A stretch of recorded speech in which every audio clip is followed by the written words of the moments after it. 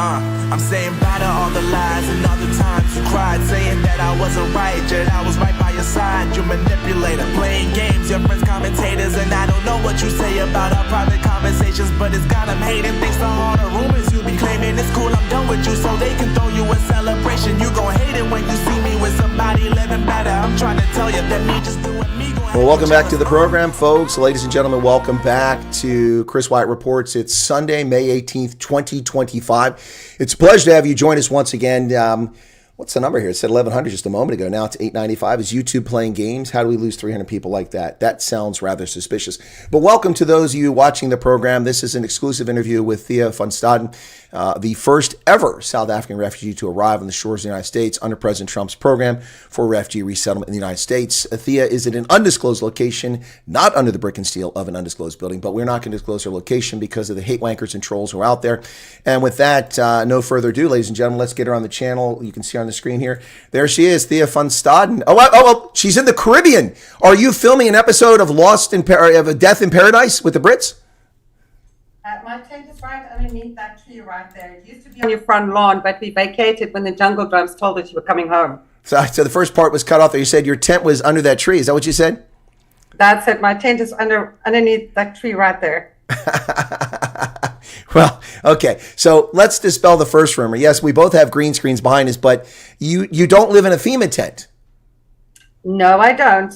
I live in a small apartment. It's like an open plan, a bedroom, a seating area, kitchen area, and a bathroom. It's plenty of room. It's very comfortable. It's all that we need right now. All right, so it's meeting your basic needs. Did you roll into a 2-star hotel when you first arrived, or was the apartment waiting for you? No, it was waiting. So because we arrived when we did it. It was such a long day. They decided to put us in the temporary housing and just to give us some time to rest before they started bombarding us with information. Because as they said, you cannot absorb any information if you're so tired. So we're in the temporary in the temporary housing, and there's actually a very good reason for them doing that. Well, let me cover a couple things very quickly. I understand that you've been neglected and disrespected and ignored by the refugee resettlement officials. They simply, stuck you in a FEMA tent and have never been in contact with you since because, that's just how it is. We treat our refugees like that. Can you confirm that any of that's true? No, actually, it's been overwhelmingly warm.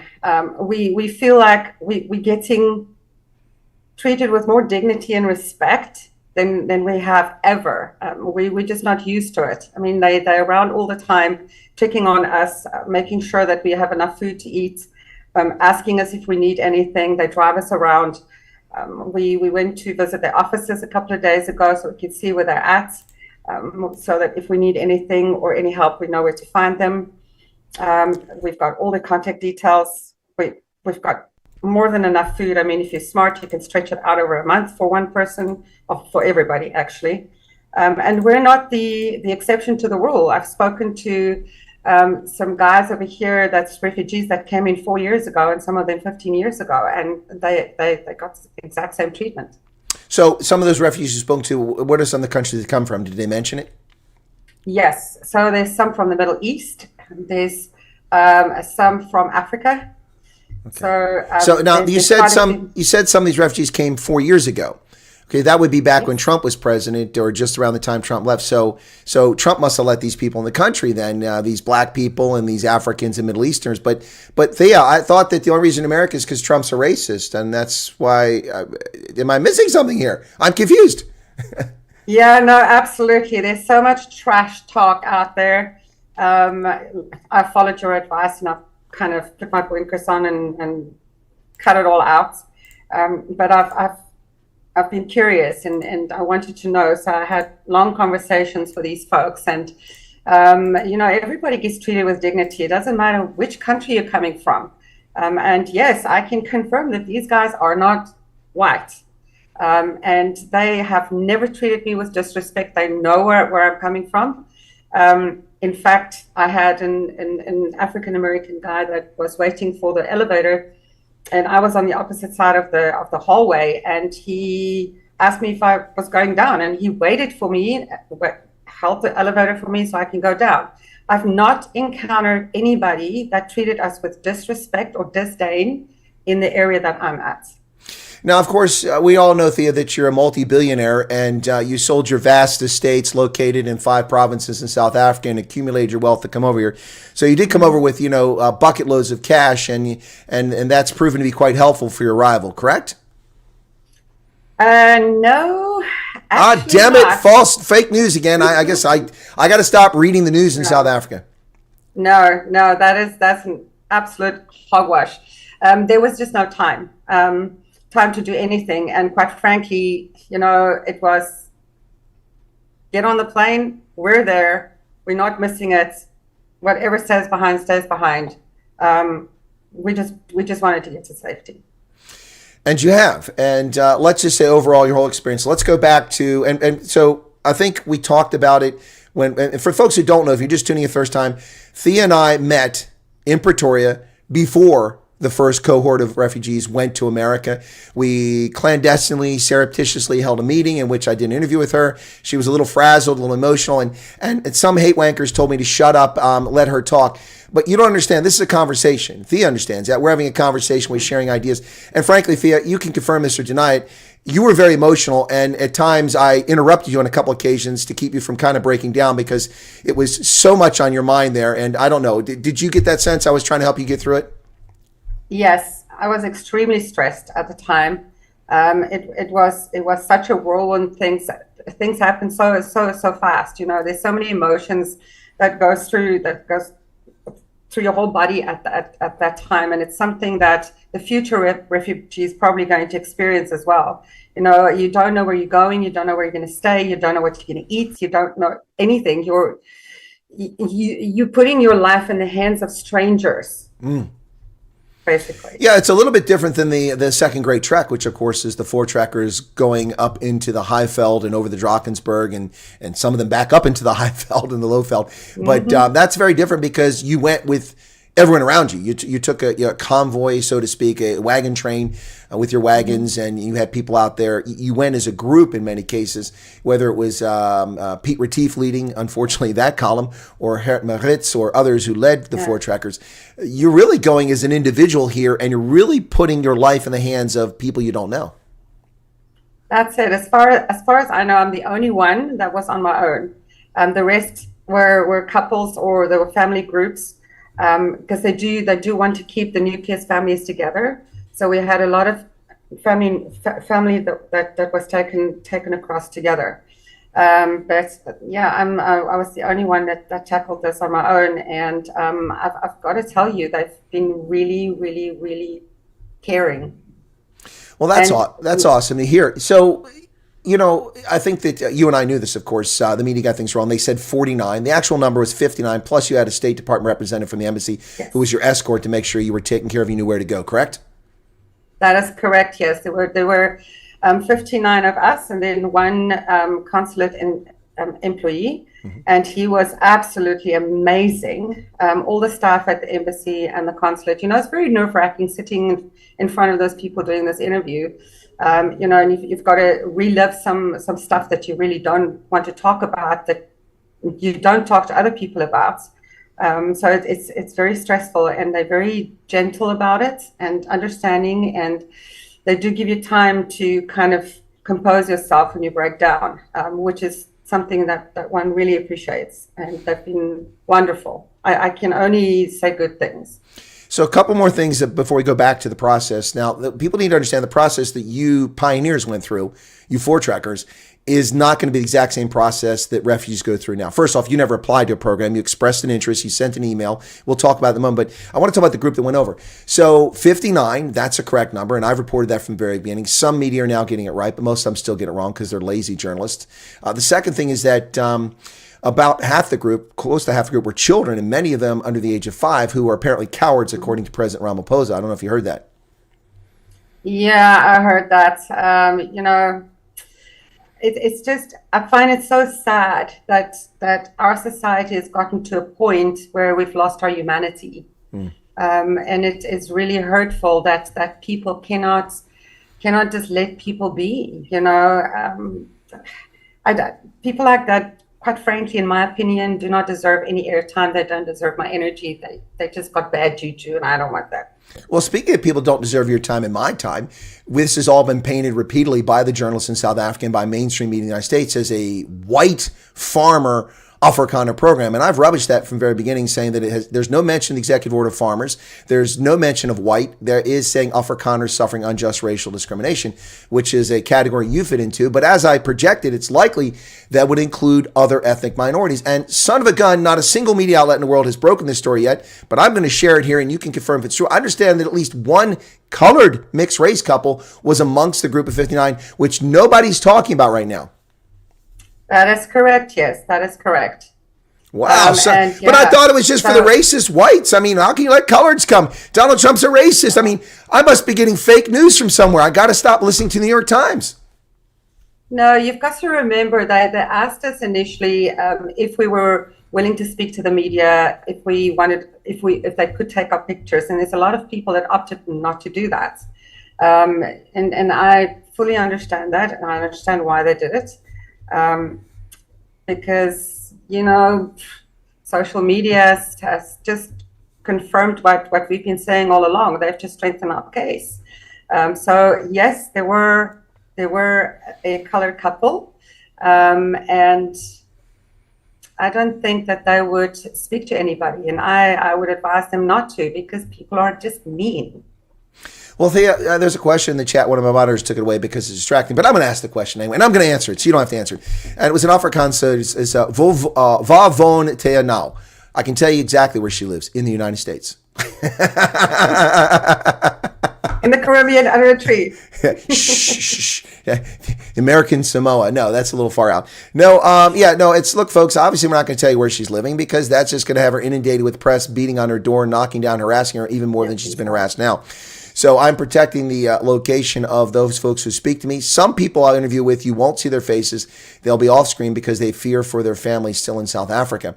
Anyway, Thea, let's talk a little about stuff. So you at some point started watching my program. I don't know if that was during the refugee thing, or did you start watching before that? Somebody had actually posted a link to your program on one of our local WhatsApp groups. And that's how I learned about the program. And I immediately sent an email. You know, it's helpful for people to actually post information like that, so that we can get and that was, and I said that to you, from the start, that my objective is to get true information to the people, because there's so many scammers out there, and I saw folks getting hammered with, this one can get it to you for that price and that. And there's no money involved here, people. You don't pay for anything. So don't fall for that nonsense. Well, I don't know what the obsession by Robert Olivier is. Is she living in Texas? Yes, she's living in Texas. Not. Gosh, guys, come on. What's the obsession with that? So when people mention the PRM email, and I mentioned that email, but then someone told me they got a reply from it early on. This is right after the State Department put that address up on the, the 8th, 7th, 8th, 9th, the 10th of February, they put that up. And then people started responding to it, and some got a response. Initially, my response was, I can't verify that independently. I got some forensics experts, along with myself, to look at the response, and we confirmed that it was from the Department of State. It was legitimate. It was at that point, when people asked me, I said, well, you have nothing to lose. Send your interest. Put your name in. Put a couple instances that occurred to you. Give them contact information, mobile numbers, and emails.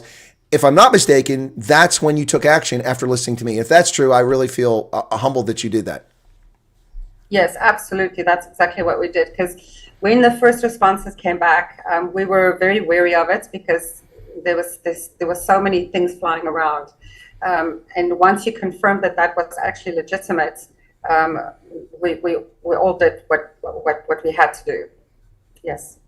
Yeah, okay, I also need to rubbish something else too now. Okay, Retha's asking, what about the email? Stop with the email, folks. Watch my content. 47,000 people watched the video released this morning. I'm very clear in that email, or in that video, you do not send an email any longer. It will be ignored. That email is not being answered anymore. If you want to apply for this program, you must go to the embassy website, which I included the URL in the video I did this morning, and it tells you exactly what to do. You would a statement of interest. What Thea and the other refugees went through is not the process you will go through. They went through what I termed a pilot program, a proof of concept, because we do not do in-country refugee status very often. Cuba, Bosnia and Herzegovina, and a handful of other countries. And there are very few people at the PRM, Population Resettlement and Migration Bureau in the State Department, who have experience doing in-country migration or in-country resettlement. This is new for them, so they have to test it. They have to make sure it's safe. They have to protect the identities of people. And I think the State Department did a very good job, except for somebody who clearly broke U.S. law by disclosing elements of the program while it was ongoing and putting people at risk, including the fact that they showed up at the airport. I know they weren't camped out at the airport for 3 months waiting for you to show up. Somebody tipped them off, the people at the airport.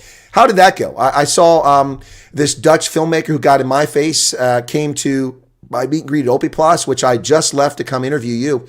And by the way, Thea went out of her way to come meet me, and thank you for that, Thea. I also went out of my way to meet you, but it wasn't physically halfway, but time-wise it was halfway because it took me that long time to get out of Central Pretoria to get to you. And I want to thank you for that. But that Dutch film crew stuck a camera in my face and tried to trip me up by saying stupid things, and I didn't do that. I noticed that same guy in a photograph was at the airport harassing the refugees. What was it like with the media at the airport? It was very unsettling. We had this one guy that had his camera in our face, and then he moved around and got to where we were weighing the suitcases, we were checking in, and physically stood on that counter with his cell phone taking videos until the consulate people and the marshals actually escorted him out of there. And they took control of the situation pretty quickly. You know, I mean, we did not give them permission to photograph us. At that point, we were under a huge amount of stress. We were trying to figure out where we've got to go, what we've got to do, because we don't know. We were just following instructions.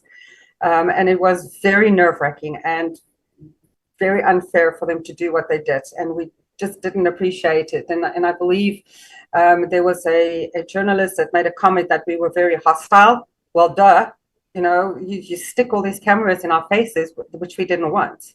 So we didn't like it at all.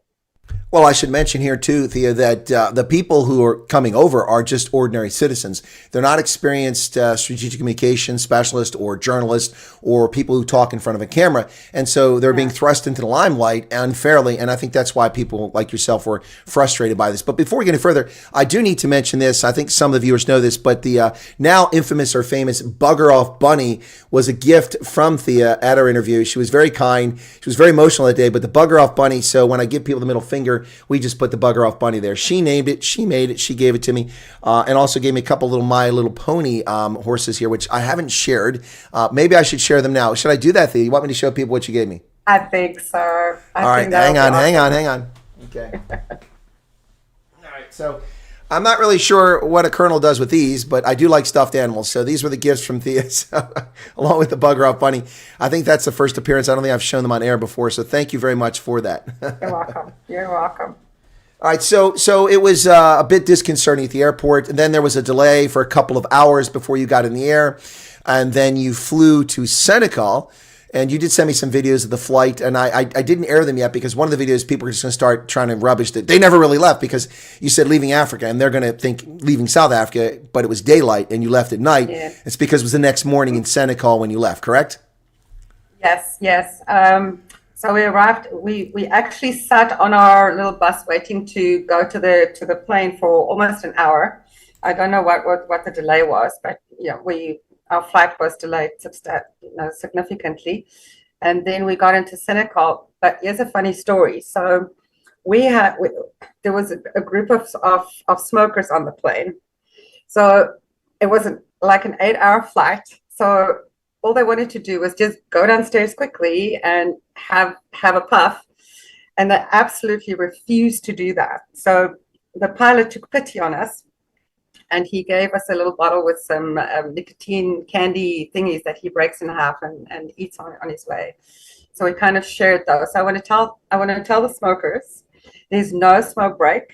You're going to have to suck it up, Buttercup, all the way to DC. Oh, sorry, you paused. I thought you were saying something else. Yeah, well, I need to actually mention that. So most people coming in the future likely won't be on a charter flight like you were. They'll probably be on a commercial flight. And the charter flight stopped in Senegal, so that's a shorter flight. The flight from Cape Town or from Joburg is between 15 and 17 and a half hours, depending on the winds. I just spent 15 hours and 11 minutes in the air, and if you smoke, good luck with that. Get yourself some nicotine gum because you're not smoking on that flight. Air France was the last major international carrier to ban smoking on its international flights. They were still doing that crap in 2001. I remember choking to death from people smoking in the galley in the middle, all that smoke coming out.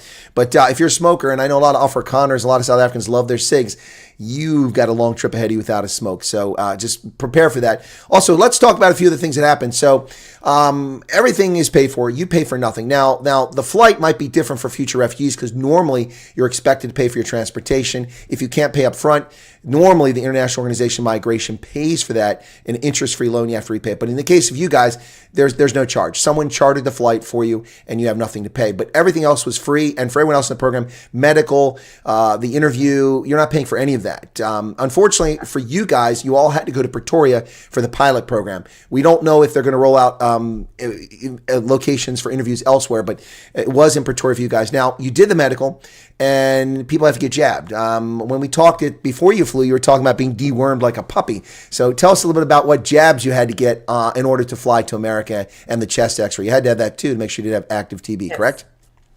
That is correct, yes. So you get all your childhood vaccinations again, your mumps, your measles, chicken pox, all that kind of vax you get again. And then you get your Hep A and B. Tetanus, if you hadn't had a tetanus injection for a while, you get your tetanus. And then you get a flu shot as well. And of course, they give you 2 tablets for internal parasites, which is where the deworming like a puppy comes from. So yeah, you get vaccinated and you get dewormed. Well, maybe I should have got a flu shot from the South African variety because I picked up a second version of it. Somehow I defeated the first version. But it's tough when you're working 15, 18 hours a day, running around 6 provinces. Kind of wore me out. And that Saturday was epic because I did the 300 people that showed up at Open Plus and all the media there. Yes. Then I rushed to do the interview with you. I tried to find a venue that was quiet. I wound up renting a business lounge, a business Yes, meeting you room, did. which was fine, but I had to pay for that. But it was worthwhile for the conversation. And then I had to rush to drop my car off to get a ride into Loftus to cover the game. By the time I sat down at the game after going around and meeting everybody in the stadium, it was 75 minutes the game expired. So I didn't see much of the Bulls game. But that was a pretty busy day for me. As well for you. After you left there, you guys, I think, were given a briefing at the airport to talk about what to expect on your flight the next day. What was the flight like? Because, I mean, you were on like a 767, if I'm not mistaken, which is a big aircraft. And there were only about 60 or 70 people, including the crew on the plane. There must have been a lot of empty seats. What was it like? Were people apprehensive? Were the kids noisy? Were people excited? I mean, was there any kind of air, or were you just all kind of like frustrated because we waited 2 hours to leave and now we're stuck in Senegal? I mean, when did you start to see some joy on the plane, or did you ever see it? Maybe when you're about to land? Yeah, I think right before we landed, I was moved to the front because they needed to get the weight of the plane distributed equally because there was only so few of us. So a couple of us were moved to the front. And I have to say that the children were so well behaved. They really were. And not having so many people on the plane allowed them to kind of stretch out and sleep, more comfortably than they would have otherwise. And I think it was just an atmosphere of disbelief for most of us. It was silence. I think we were just contemplating what it is where we were going, what we were going to do, because we had no idea. And then once we started circling over DC, that is when reality set in. That we're safe, we're home, basically. Well, one of the things that came about here, and I've talked about all along, is that ever since it started, the media is still trying to do this, and politicians like John Steenhuisen and others, and ANC politicians are trying to rubbish this whole program. And they're talking about farmers. There's none of this. Okay, first off, this program was never for farmers. In fact, many of the people traveling with you weren't even farmers. Is that correct? That is correct. Yes, they were from all industries. It wasn't just farmers. There were a couple of us that were in the farming and agricultural industry. And yeah, no, I mean, we were from all walks of life, all over a wide spread of industries. It's not just for farmers. I don't know where this nonsense is coming from. And they kind of single it out and they harp on it like a broken record and, just move on. So another question for you, Thea. I know that every one of the refugees, when they applied, the first thing they put on their application was, I'm a victim of a white genocide. There's a white genocide, right? I mean, nobody did that. I mean, you talked about what happened to you individually, correct? Yes, it was literally a one paragraph, small paragraph, just a short description of our experience, what happened to us, and that was it. And they go through all of those and they screen folks and they call you in. Yeah, pretty simple. A lot of people are asking questions or practical questions that have no application in your case, like people asking how many bags were allowed. I saw a lot of bags in some of the suitcases. I don't know if you're allowed 2 bags, 23 kg, but you'll be allowed what a commercial carrier allows you to carry. In my case, United Airlines, 1 bag, 23 kg. I had to pay $100 for the second bag to bring back all the gifts. By the way, thank you all for the gifts. Now you owe me super chat money to pay back for the suitcase and for the shipping. No, I'm just kidding. Just kidding. But I had to buy a second suitcase and I had to leave a couple things behind. Unfortunately, I carried as much as I could. Also got clever. When you arrive in America and you bring bags from anywhere in the world because of terrorism, you have to collect your bags and recheck them for the next flight. You can't just check them all the way through to your destination. Like if I go to South Africa, if I fly to Joburg and I'm going to Cape Town, it gets checked all the way to Cape Town. But that is not the case in America. You must collect your bags and recheck them. So if you're clever like me, you'll overload your personal item and your carry-on, and you'll fill it full of stuff that weighs a ton, so that when you get to America, you can grab your bags, open them up, and stick all the extra weight in there, and then travel comfortably the rest of the way. Shh. Travel tips. Well, I wish I knew that. Well, I didn't have time to share that idea with you. But in your case, I think it might be a little bit different because at a charter flight, they're probably a lot more generous with what your weight allowances are. But that's not going to affect everybody else. No, there was no difference. We were allowed 2 suitcases, 23 kgs each, one carry-on, and your handbag, your purse. Wow. So it's just like any other commercial flight. Correct, yes. Except United, which the cheap bastards only give you 1 bag, so that's another story. But anyway. Well, yes, we had to pay for our second bag when we got onto our connecting flights. But we got assisted with that. So they showed us what to do, how to do it, how to get the boarding pass out of the machine, because it's very different. We're learning all of this new stuff as we're going along. So at the airports, after the briefing in the hangar, we were broken up into the groups where we were going to be resettled. And there was a representative that was with us, with those groups, and somebody was with us the whole time, up until we boarded our flight to our connecting to our destination, our final destination. And then at the airports, somebody from the resettlement agency met us there. So you're never alone. They don't dump you at the airport and just leave you to your own devices. There's always somebody to guide you through, so you feel safe. Yeah, and just to clarify for the typical paranoid Afrikaners out there, that's not to spy on you. That's not to keep you under control. It's for your personal safety and to make sure you get where you're going. To make sure you get where you're going and you arrive safely. That's, again, when we invite people to come to our country as refugees, that's to protect you. And as I said to the people in the media who are trying to expose and dox those in your party, when I say your party, that's a cohort of 59, you are protected by the U.S. Constitution now. You're a resident of the United States. You're protected by our laws. You are subject to them. You have the liberties and freedoms. You can worship how you like. You can say what you like, except shout fire in a crowded theater, of course. Let's not do that. But freedom of speech, freedom of assembly, freedom of worship. You have all those things. And the one thing you don't have, though, is you don't have the right to vote because you're not an American citizen. But beyond that, you enjoy all the privileges of an American.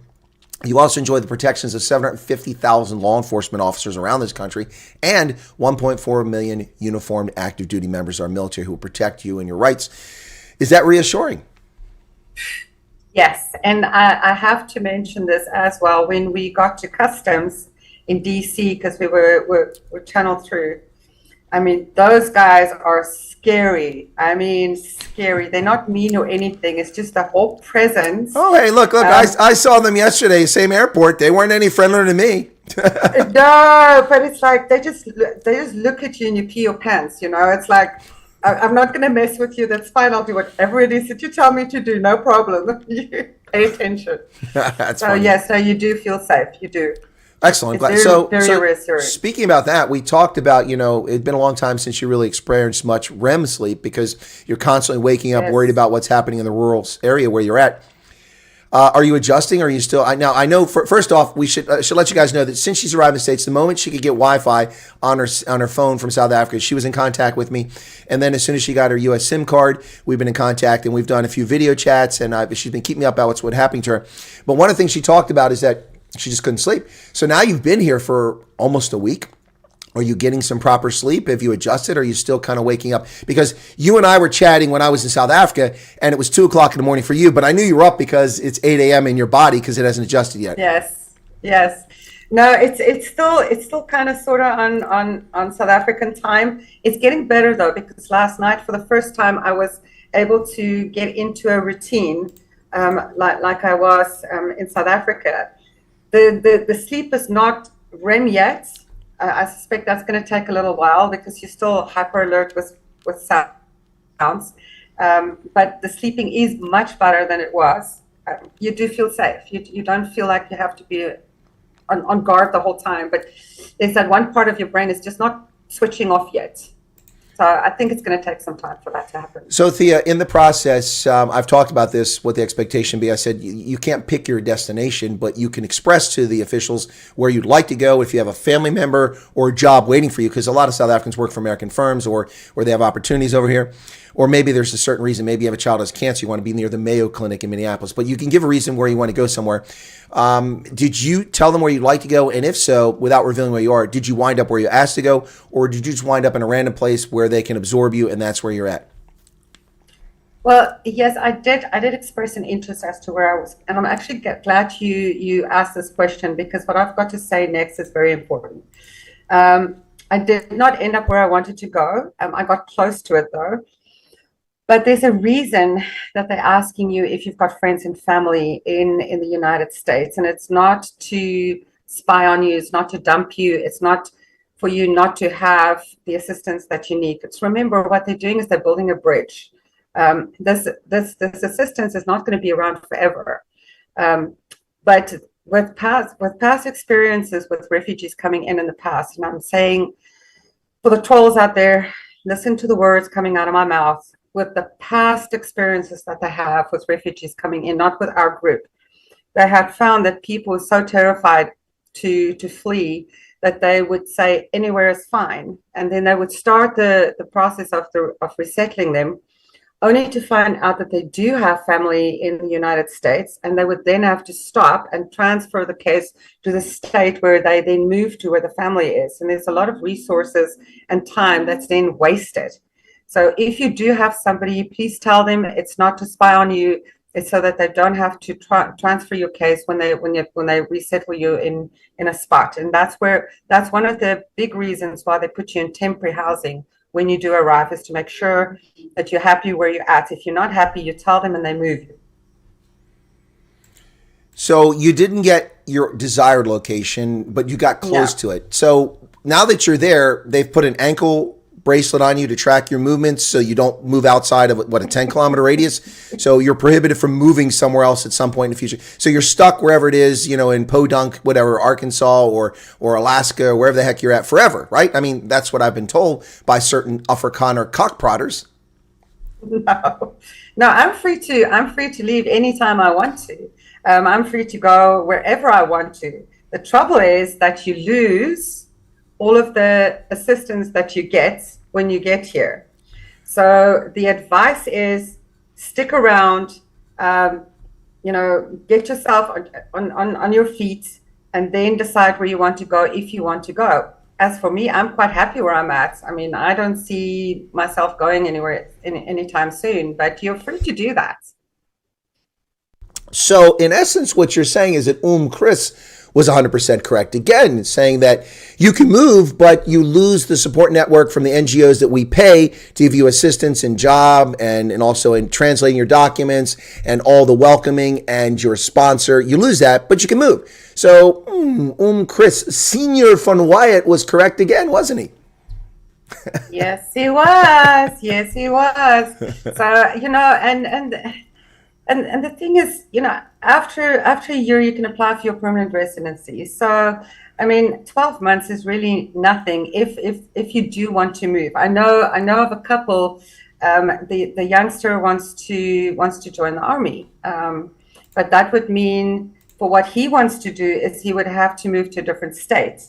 So he's waiting around for his better half to find her feet and to get a job, and they can get themselves established, and then they will revisit that conversation. But for now, they're happy to be where they are. Well, Thea, now let's move on to another topic here. I have seen this very incredibly insightful, informative TikTok video, right?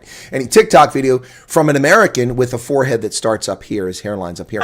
He's about 20 years old, it looks like, but he says he's married to an Afrikaans lady, and he says that coming here, you will no longer be able to exploit black labor to your advantage, paying them slave wages.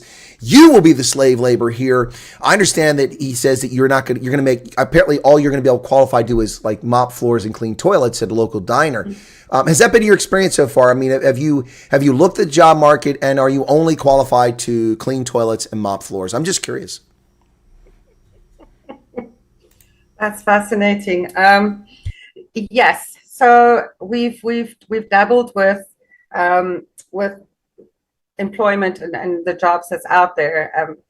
It's difficult to kind of find something in particular, because you've got to wait for your move to your permanent, for your forever home, so that you can find something in the near vicinity. We do have an idea where we're going with our forever home, so we've sat down and started exploring, and it's so confusing because there's so much work out there that it's hard to narrow it down. I mean, I have so far bookmarked 25 of them that I qualify for, that I can go and do and make a really good living. People that there are folks around here that doesn't have qualification, or foreman qualifications, that got the trick, but that's also not a problem as well. And you can go and pour coffee at Starbucks or flip a burger for $20 an hour. I mean, that's a good wage. So I don't understand why people say that they cannot make a living, or that they cannot find a job. I don't think that that's the issue. There's more than enough work out there for everybody. Indeed, that's the case. I'm going to do a little housekeeping right now, Thea. Just give me a moment here. Folks, thanks for tuning in. You're listening to an exclusive interview with Thea van Staden, the first, and we'll talk about how she became the first refugee to make an appearance in the United States, walking out behind that curtain there for the cameras. I'm sure that was overwhelming. But Thea's here with us today. We're going to talk about it in just a few minutes, but I also want to say, hey, what's the deal? 6,200 plus people watching this live broadcast and only 1,400 likes. How about sharing the love here, folks? She's putting herself out. Come now. She's putting herself out there on the line to share her experiences with you. And I am deathly ill and have just come back from a grueling month in South Africa and literally been home for a matter of hours. And here we are doing this. I've already done one interview with Biz News today. We're doing this. I did a news broadcast. I'm doing another interview and then interviewing another refugee tonight. The least you could do is give us a thank you or lights up. So appreciate that. Okay, so Thea, you were the first to come out from behind that curtain. I mean, I had no idea you would be the first. I do know that you and I talked. You said if they put you in front of the cameras, you're going to thank Colonel Wyatt. That didn't appear to ever happen. They never got you in front of the cameras. So, but short of that, how were you the most courageous? Did they ask you to go first because you were alone? But you were the first one to wander out. So I will forever have the designation of interviewing the first refugee to America and literally the first to arrive on the ground that we saw. So how did that happen? No, that was actually quite by accident, because we were all huddled on the other side, and this lady came up to me and she said to me, it's time to go to the media. The media is waiting. And I turned around and I told the folks, hey, we've got to go. And I started following her, and I thought it was other people there already. And I came around the corner and it was like, you're in the headlights. Okay. And my brain is saying, smile, smile, smile, because it wasn't a smile, it was a grimace. I was terrified. And you were unarmed. You were unarmed because you abandoned the bugger off bunny with me. You couldn't use it. I know, I couldn't. I felt so exposed. It was horrible. And I looked around and there was nobody there. And I'm like, okay, should I go back and then come back again with them? but then they started kind of trickling in behind me. So I said to them, well, the tall ones, let's stand in the back over here and just leave the short ones in front. So there was a lot of chat I saw in commentary about your boots you were wearing. I don't think they're Jim Green. There's a plug for Jim Green Boots based in Peter Maritzburg, who gave me a free pair of the boots. You can get them in America. The African Ranger style is quite lovely. That's a pair I got. But seriously, there was a lot of people chatting about your boots. I mean, was there something special about the boots? I mean, what was that all about? Do you know? Well, I had one of the, I think it was one of the dignitaries that was there, came in and had a look at my boots, and he said to me, do you ride horses? Or are you a horse person? And I said to him, well, as a matter of fact, I am, I am. He said, oh, because I saw your boots. And it's just cats, it's normal cats. It's just work boots that I always wear. And that's what I was wearing when I went to the airport, and that's what I got on the plane with. So there was no time to change into something really special to look nice for a camera. So yeah, no, he spotted my boots and made the deduction that I was a horsewoman or a horse person. Gotcha. You were an equestrian. That's what they were getting at. That's the word you're looking for. Yes. So some people, I mean, everyone I suspect that came is heartbroken that they felt the need to leave South Africa. Some, I'm sure, if given the opportunity, if things were reversed and it wasn't the mess that it is, would go back. Given your experience, I mean, if everything were fixed, there were no racist laws, law and order was restored, justice was there, if you called the police and they responded, would you consider going home? Or is this your new home? No, this is my new home. The people here are so different than what we experience back home. And even if things do change, no, this is my new home. I'm not going anywhere. Well, and that's very heartwarming to hear, because America is a very diverse country regionally with different accents. People always try to make fun of American accents, but we have dozens of accents. I can literally identify 4 distinct accents in a 15-kilometer distance along Ritchie Highway in Maryland. Yes. Most people don't have the ear for it, but we have distinct accents. We have different. We have general cultural norms that are American. Unfortunately, our fast food restaurants are one of them, but we have many things that make us unique in different parts of the country. And so where you're at, have you got out? Have you been to a mall? Have you been to any historic sites? I mean, I've talked to one family who was taken by a sponsor to a beautiful natural location. That's all I'll say about it, nearby where they've currently resettled at, and it's fantastic. Also, the gentleman said that that the kids have been able to take their bicycles, and they don't have to, in their home where they live in South Africa, they had to mark 2 spots on the ground where the kids were within eyesight, so that when they went to bicycles, nothing would happen to them. He said now they can just go out, and their sponsor brought them bicycle helmets and reflector vests and donated them 2 bicycles. I mean, it's just amazing generosity of the American people. I mean, how have you been finding it? Have you gotten out? Have you seen anything, or you've been kind of a prisoner of your own making, just trying to adjust? No. We actually went for a walk the other day because we were getting serious cabin fever. Being hyperactive, it's very hard to just sit around. So we wandered off and got very strange stares, which we asked the agency about later on, because we were the only people walking. There was nobody else walking. We were just walking. And I mean, the things, Egyptian geese were everywhere. They were grooming themselves in the road. And we came across this gentleman that was picking up trash, dressed almost in a suit. And we were puzzled with that. There wasn't much to pick up, but he was picking up what he could find. So we started helping him, just kind of, okay, well, it needs to be done. So we started picking up trash, and he was dumbstruck that we would actually do that with our hands. He said we were extremely brave. So we did go wandering off. And Monday, somebody from the agency is coming to teach us how to ride the bus. Don't laugh. Okay, buses over here are not like in South Africa. So they're coming to teach us about the buses, because there's all these bus routes. It goes everywhere, and it goes to a central point like a hub. And from there, you can connect to other places. So we need to learn to read the schedules and how to get from point A to point B. And once that happens and we know how to ride the bus, look out. We're going to be on the loose. That's kind of funny. We're going to be on loose. I think you may have identified those geese incorrectly. I'm not sure that we have Egyptian geese here. We do have Canadian geese. They're loud, they're noisy, and they crap on everything. Yeah, well, it could have been. I took some pictures. I'll send them to you. Yeah, it was fascinating. Those Canada geese are like Canadian leftists. They crap all over Americans. And I saw some squirrels. Oh, well, you'll go see some squirrels. We have gray squirrels here. We don't have the red ones, but the Brits have the reds, and the grays are always attacking them. Yeah. But they're outpacing them. But here, nearby where I live in central Pennsylvania, there's a retaining pond over here, and it is a big attraction for these damn Canada geese. And they come by the hundreds, and they're squawking and waking people up at night. It sounds like a party's going on out there. There's like conversations. And they leave crap everywhere, and it's just disgusting. And they're protected, so we can't even use our shotguns against them, at least not legally. I mean, if you get caught, you know. But yeah, you got to watch out for them. So you're getting out about a little bit. You're feeling more comfortable. A lot of people commenting saying you look very beautiful. They're very kind of them. They also saying that it looks like you're adjusting well, and you feel happy. I mean, do you feel happy right now? I am extremely happy.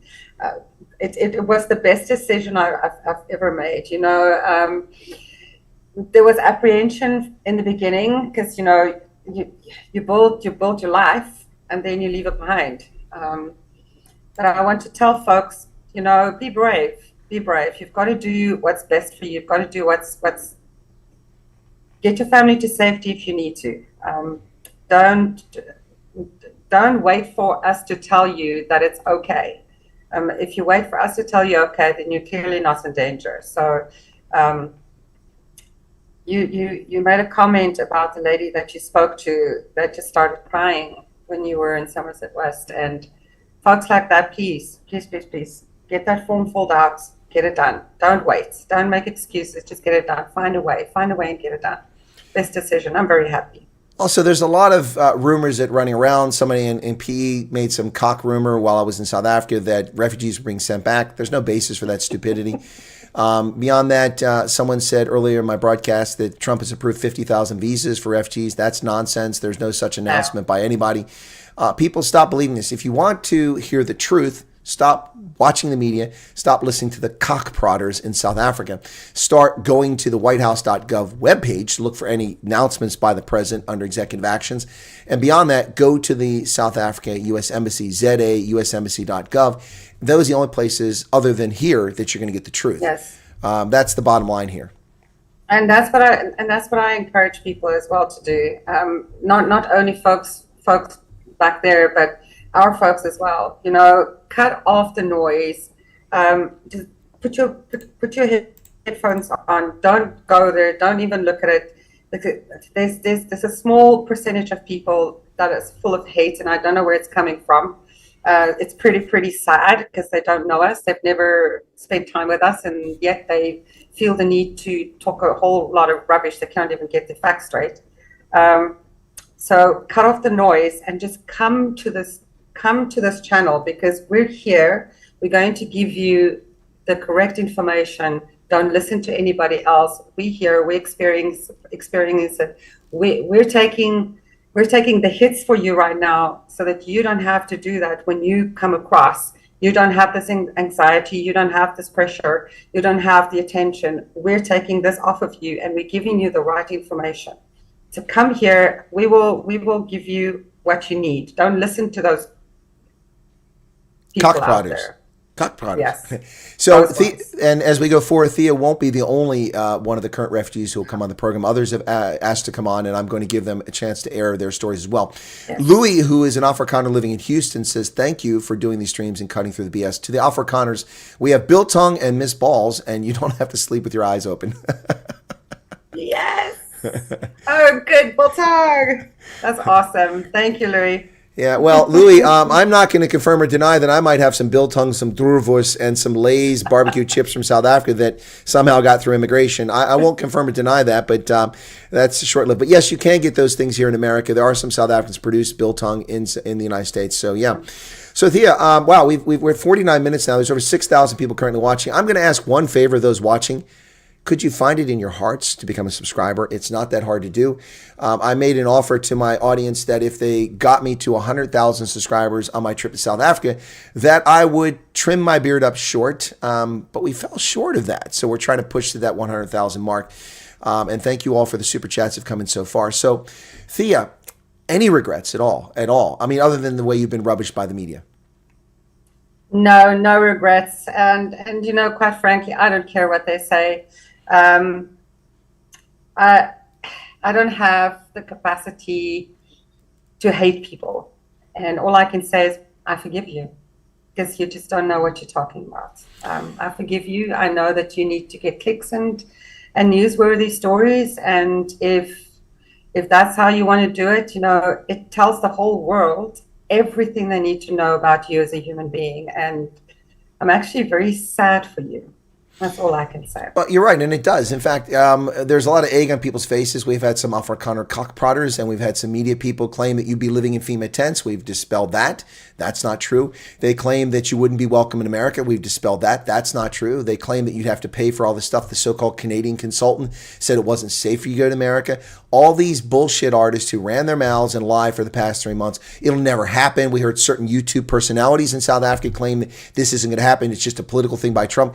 Now they'll switch their tune to say, well, only 60 are going to go. Nobody else will get to go because it's just a political move by Trump. Or Ramaphosa will somehow hoodwink Trump into changing his mind. I don't think that's going to happen. Honestly, I'm relishing what's going on here because I've told the truth long. I've given it my best analysis.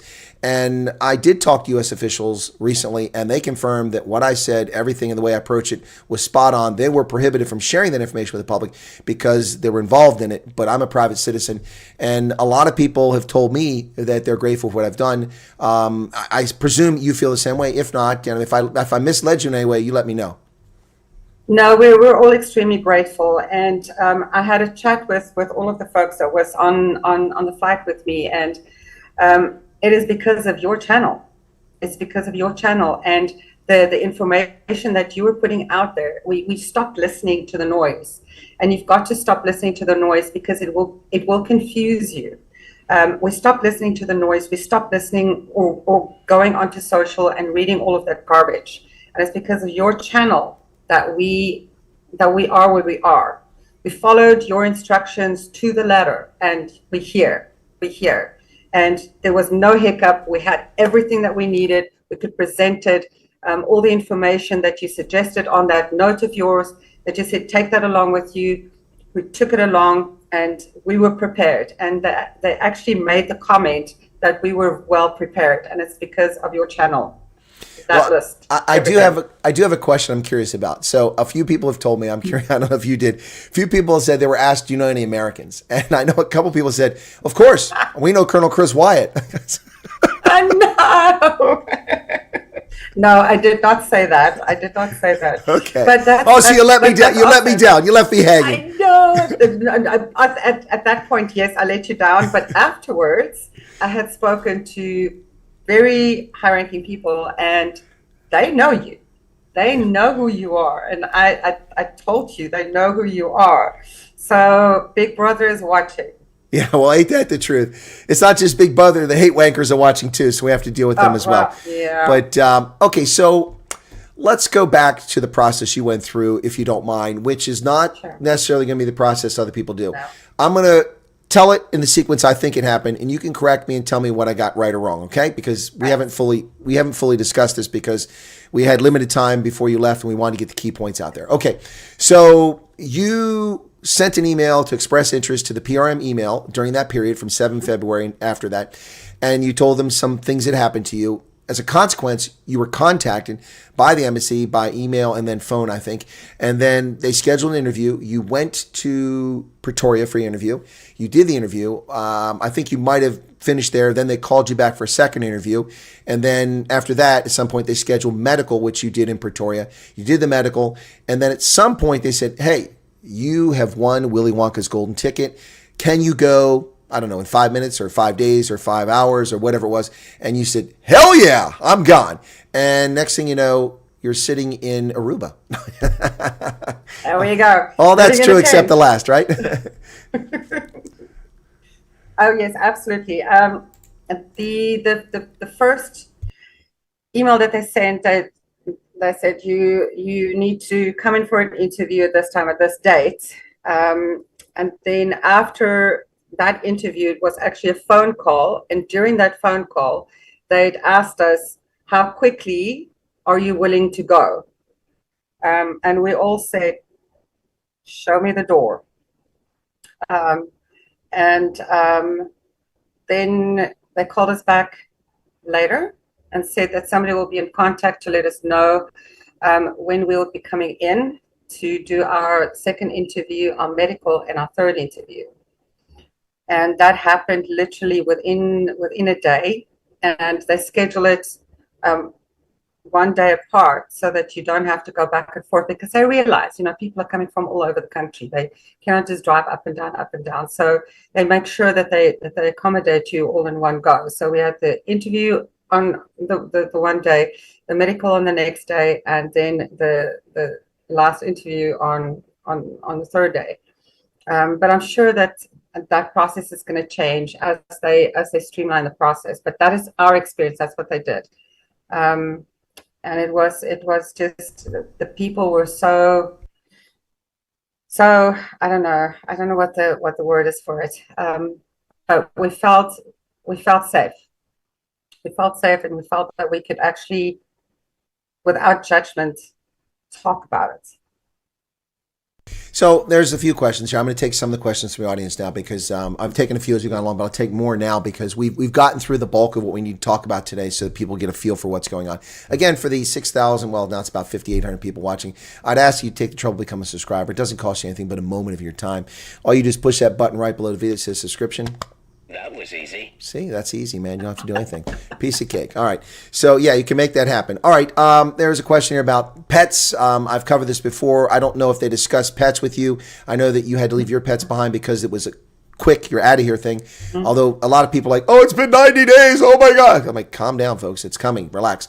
But my expectation for pets is you can take your pets, but you have to pay for them yourself, and it's not inexpensive. I have a friend of mine who has a business, has already looked for their 5 dogs plus their siblings, 3 dogs. They got a really good quote of just 200,000 Rand. Some people are going to pass out when they hear that figure, but trust me, that's cheap. I took 2 cats to Botswana through South Africa because that's the only way to get them there, and I paid $5,800 to get them to Botswana. It's not cheap because the South African veterinary authority is a real pain in the butt. When I took my cat from Tunisia to America, the cat was in the car with me on the ferry across to France, and then in the car driving up to Germany. And all I paid for was a flight from Frankfurt to Baltimore, and it cost $100. 2,000 Rand. So 2,000 Rand versus 5,800 or $5,800. That's a very big difference there. 120,000 Rand. So in the future, if they go commercial, normally you can take your pets with you. The one big exception will be birds. Birds are a problem. It doesn't mean you can't take them, but they have to be quarantined because of avian flu and things like that. So was there any mention of pets? Was there any mention of pets, or how did that go? Did they talk to you about pets, and what's going on with pets? No, I don't think they would mention pets unless you ask them about it. They do say that you can take your pets with you, but it's your responsibility to make those arrangements. That's not for them. Their focus is getting you to safety. So my suggestion would be is leave them with somebody that you trust until you can afford to bring them across, because it is really expensive. Besides that, if you think about this logically, you are put in temporary housing where you cannot put pets. There's no pets in temporary housing. And then when you move to your new home, a lot of those places don't allow pets. So wait until you've got your feet, you've got your job, you're making good money, you can go and rent a bigger place, or you can buy something and then bring them across. It's just pets. No, they don't do pets. It's your responsibility. Yeah, that is because we're not saving your pets, we're saving you from peril. Right. And if you love your pets, it's on you. And we just have to comply with U.S. law, bringing the pets in. And by the way, for those of you who envision yourself going to Hawaii as a refugee, get that out of your mind. Also, a lot of people here seem to be destination shopping. They think this is an immigration program. It is not. I appreciate if you've got farm equipment or you've got business equipment, you want to bring it over. That's on you. You can ship containers to America, but have you ever priced the cost of shipping a container to America? We're talking $15,000 for starters for one container to come to America, and you must have someone that can receive it. You must have someone in America that can receive it. If you're not here, shipping your stuff is going to be pointless. If you leave and trust it's going to be shipped, well, good luck on that. Who knows what's going to happen when the floodgates open and people start pouring into America and out of South Africa. Ramaphosa needs to right this ship on Wednesday, or South Africa is going to be bled dry of its human capital. Back to the question someone asked here about the Kofifa jab. No. The United States does not require a COVID jab, and we haven't required it for a few years now. It was never required for refugees, except in a brief period under diaper-wearing Joe Biden. We don't require that experimental stick in your arm. So you do have to have the normal childhood immunizations, because we require it of people who are here. We don't force people to take them here, but people normally take the jabs. But if you want to come in our country, you will get the jabs. Unless you're a criminal alien invader invading our country illegitimately under the Biden regime, then you can do what the hell you want, and we have nothing to say about it. But those criminals are no longer in power. We have real leaders in power now, and we're enforcing it. Right. So Right. I know that everywhere you go, they make you wear this red letter that has R on it for refugee to identify you. So I'm sure the Americans are going, ooh, look, it's the refugees. Look, they're white. Wait, they look just like us. Anyway, are you getting any? I mean, people don't even know you're a refugee, do they? No, they don't even notice us. We were taken to a shop on Friday to just go and walk about. To see, what is there in the different brands and that kind of stuff, because the brain thinks in pictures. There's no Omo and Surf and Stay Soft. It's different stuff. And nobody even noticed us. They didn't even pay attention to us. Well, was that insulting? Nobody noticed you? No, it was actually a relief. That's what we want to do, is we kind of want to blend in. We don't want to feel these questions about where you're from, oh, you're a racist, that kind of nonsense. So we've been working really, really hard. And my fellow students have been working really hard as well, binge watching all of the YouTube videos to get the pronunciations right and all the nuances and stuff. So because we really want to blend in. Well, speaking of blending in, there have been tons of comments in the previous video and in this video here about, whoa, she's really got an American accent. She's not really a South African. Thank you for noticing. Yeah, she's not a South African. I bet she can't even speak Afrikaans. Not that that's a requirement. Not that that's a requirement to come to the U.S. on this program, but apparently people think it is. Ek kan Afrikaans praat. Ek het groot geword Afrikaans, so my Afrikaans is baie goed. All right, I'll take your word that you can speak Afrikaans. You're saying your Afrikaans is very good. Ek verstaan. Anyway, yeah. So it's just a personal choice for me. People do tend to ask if they hear a funny accent, and I'm guilty of that because I did it over here. I'm speaking to these guys over here, and you hear the accent, and you go, "Where are you from?" And it's just it's a human thing. We do that. But yeah, for me, it's a personal choice. I want to blend in. I want to blend in fast, and I have an aptitude for languages. And in about 2 months' time, I'm going to be Mexican because I've enrolled in Spanish classes. So I speak 6 languages and I refuse to learn Spanish. I'm sorry. I'm not going to do it. Most of the jobs around here requires you to be bilingual, and bilingual means English and Spanish because there's a lot of signs everywhere that's English and Spanish. So I'm learning Spanish. See, now they're going to think you really are in Texas. Hola. They're really going to think you are in Texas now. Anyway, but Fani Mini, is the episode being recorded? Of course it's being recorded. It's always on the YouTube channel unless there's a reason to take it down. Plus, I'm recording it independently because we're going to take a few clips here and there when I have time and put them up for short things where Thea explains her experience. But yes, of course it's being recorded. You can have people watch this after the fact. That's the way it always works. Yeah, who cares about an accent? I think her accent is lovely. Okay, well, there you go. Thank you. Yeah, and Spanish is easy, and I refuse to learn it because it's being imposed upon my country by hate-wagging leftists. But Thea doesn't know that yet. She's a new arrival. She doesn't know we're being subjected to colonization from the Latin American community. Anyway, there you go. So, yeah, so we've talked about the pets. We've talked about your arrival. What about pocket money? One of the things, the videos I did talked about finances. If he talked to you about finances, there is money for refugees assistance. It's a token amount of cash. I don't know. Have they already handed you out cash? Are you getting cash? Did they give you a prepaid debit card? I mean, do you get to stay in the Ritz-Carlton like the illegal aliens do in Manhattan? I mean, can you tell us a little bit about that? Because I know people are curious about that.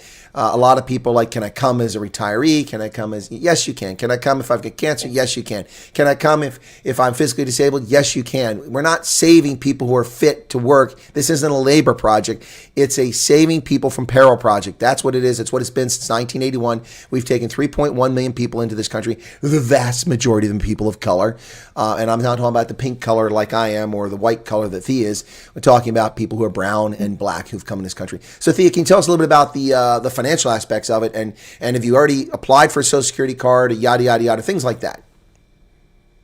Yes, so we're fortunate that these agencies, because it's not the first time they've done this. I mean, they've literally helped thousands of other refugees from all over the world. So they work within a framework that they get from the U.S. government, but each state's agency works a little different. So I can only speak from my side, from my experience, because the other guys might experience something different. But I want to emphasize that the help we're getting is not indefinite. It's a bridge that they're building, a bridge from coming here with nothing to support you to get you self-sustaining as quickly as possible. And what I mean by that is the leases that get signed for our permanent place, we sign the lease. We are responsible for it. They will assist you with a deposit and maybe a month's rent, and they'll be there as a backup, but no more than 2 or 3 months, I believe. But initially, you've basically got a month to get yourself sorted out, and it's more than enough time. And if they need to assist you further, they will do that. They're there as a backup. But they kind of, it's like kicking the baby bird out of the nest, they get you sorted out quickly, but there are steps involved. So you've got to get a US number, because your Social Security, the bank, employers, everybody needs to be able to get a hold of you in the US. So you need to get a US number, and then they enroll you in all of the programs, so that you've got backup for food, you get assigned to a medical professional. With the medical professional, you get your mental health also that is covered, medical and dental for a short period of time until you get self-sufficient. Food stamps, Social Security. So our people had already gotten us an appointment with the Social Security Administration next week.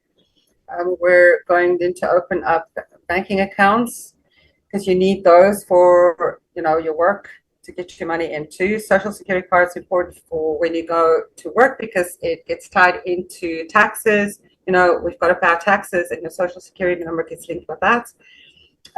So then we can open up banking accounts. And they did mention that we're going to get pocket money next week in the form of a check, which we're going to use to open the banking accounts. But again, it's not millions. It is just a little bit of pocket money. We don't know what that is yet, how much that is yet, but it's definitely not thousands of dollars. It's just something that you can use to buy your shampoo and your cleaning supplies and that kind of stuff, because the food support that you get only covers food stuff. It doesn't cover cleaning materials and personal hygiene items and stuff. That's what the pocket money is for. So there's a couple more questions came in. Comments. One person said they live in the States. They spent $5,000 US. That's 100,000 Rand to get their dachshund over here. It's a buttload of money. That's true. Also, some lady, both I think was the last name of the message delete. I don't know if she removed it or whatever. Said, I choose not to get my children vaccinated. Can I come over? No. Nope. You choose not to get vaccinated, then your life is not in peril. It's more important to you to stick to your principles that are rooted in some strange belief that is antithesis to American public health, and you're not welcome here. I'm sorry, that's not directed against you, but if you refuse to get basic childhood immunizations, we're not the criminal Biden regime. We're not going to import people who endanger our population. If you want to come here, if you want your children to come here, you're going to have to get the jabs done and dusted. There will be no religious exemptions. To my knowledge, you are just out in the cold. That's your choice. Again, just like the people who are complaining about 600 Rand for a passport. Folks, let me put this in terms for Americans. That's $30. And I don't want to hear it's a lot of money, I don't have the money. Okay? Because if you want a passport, you'll find a way to legally get that money. You'll either sell something, you'll lay off the smokes for a couple weeks, you'll stop drinking Casa Lager. But the people who always say this to me on my program are people who are watching and paying for airtime. If you have money to pay for airtime, then stop paying for airtime and pay for your passport. 600 Rand is $30. And I don't want to hear that you have 6 children. You got the thrust and enjoyed the ride. I didn't. That's your responsibility, those children. If that sounds crass, I'm sorry if it hurts your feelings. But for 3 months, I've been dealing with people belly aching about paying 600 Rand for a passport. Get a passport, get it done. If you want to come over, make a plan. If you don't have a passport, it doesn't preclude you from doing the statement of interest now. You just answer the question, you do have a passport. If you think that means they'll go, oh, forget them. No, it doesn't. They know that Home Affairs is dorked up. They have people working in South Africa who deal with Home Affairs, so they know how it works. So you're telling you don't have a passport, but you're expressing interest. So what they'll do is they may interview you and get you in the hopper to go pending the arrival of your passport. So there's no reason, if you have interest, not to do it. Sorry to go on there, Thea, but I think it was important to cover those points. Yes. But also, I think it's important for people to understand that it works both ways. We're coming from a continent with different variants of viruses. We're coming into an environment on the other side of the world with a different variant. So it's for your own protection that you don't get sick from picking up something that you shouldn't be picking up. It's not just protecting the people on this side, but it's protecting you coming into an environment that has different variants of stuff. So just take the jab. Here we are. There's nothing wrong with us. We haven't died. We haven't gotten sick. We're fine. And we're actually protected from whatever is out here that can attack us. So just take the jab. Well, Caustic Chameleon, actually, I'll update you. It's $180 for a passport. And if you're just a regular schmo like you and I are, you have up to 6 weeks. But they screwed up and made me wait over 7 weeks for my passport. And I had to pay for expedited service last year to get it 3 days before my trip to South Africa. So when South Africans complain about Home Affairs and they complain about the cost, you're not alone. We pay $180. We pay almost 4,000 Rand for renewing a passport. That's a big difference. So, but things are relative. People make a lot more money in America, generally speaking, than people in South Africa for the same level of work. But no COVID jab. That's correct. All right. So let me see if there's another one I want to get here. Thrust, baby, thrust. This somebody was paying attention there. I don't know who Andrea Shea is. It does. The name sounds familiar, but I don't know off the top of my head. Anyway, so I'm looking for anything else here that's really pertinent that we need to discuss. You don't. Someone's asked again because people are coming in late. You don't pay for anything. Now we do not know. Neither Thea or I know, and Thea probably wouldn't know because she's now gone through the pilot program and is in America. But we don't know if they're going to conduct the interviews exclusively in Pretoria, which would be a burden on many people in South Africa. But I know people in the group. You came from one of the provinces. I know people from the Western Cape who came up, people from KZN that came up, people from Limpopo and Mpumalanga who came down to Pretoria in the first batch. I would hope, if I were running the program, we would have people being interviewed in Nelspruit, Durban, Port Elizabeth, Uppington, Cape Town, Johannesburg, Pretoria, and Polokwane at a minimum. That's how I would do business, but I'm not running the program. So they do have limited resources. So if they do it in Pretoria, it's going to be a burden for some folks, but if you're desperate to get out, you're going to figure a way to do it out, right? Right, Thea? You figured a way to get up there, didn't you? Yeah, absolutely, absolutely. You'll figure out a way to do it. And I have to tell you, these guys at the embassy and at the consulate work long hours. It almost looks like they're working 7 days a week, 24 hours a day, because they call you at all hours of the day and nights. So they are really pushing hard and working really, really hard to get people out. And I think we owe them a lot of gratitude and a lot of respect, because they are the heroes behind the scenes. President Trump, the Trump administration, everybody that had been fighting really, really hard for us. I mean, we are so immensely, immensely grateful, especially the people that is doing the work on the ground. And I know some of their names, but I'm not going to say it out here. but we are just so grateful that you got us out, that all the work that you're doing and putting up, and the patience. They've got immense patience, and we thank you for that. We're really grateful. Thank you. Well, and a question here from Zal Kolko, I think I asked a question a while ago. Is any news the next interview? Yes, the next interview. Are you talking about people being interviewed in South Africa? It's already happening, folks. I've already had people contact me saying they've already been called for interviews. That's already underway. The program started on Monday, and they're processing people. But understand this. I need to be very clear about this. Thea just thanked the people at the embassy, and they have been working this, but that's not their job.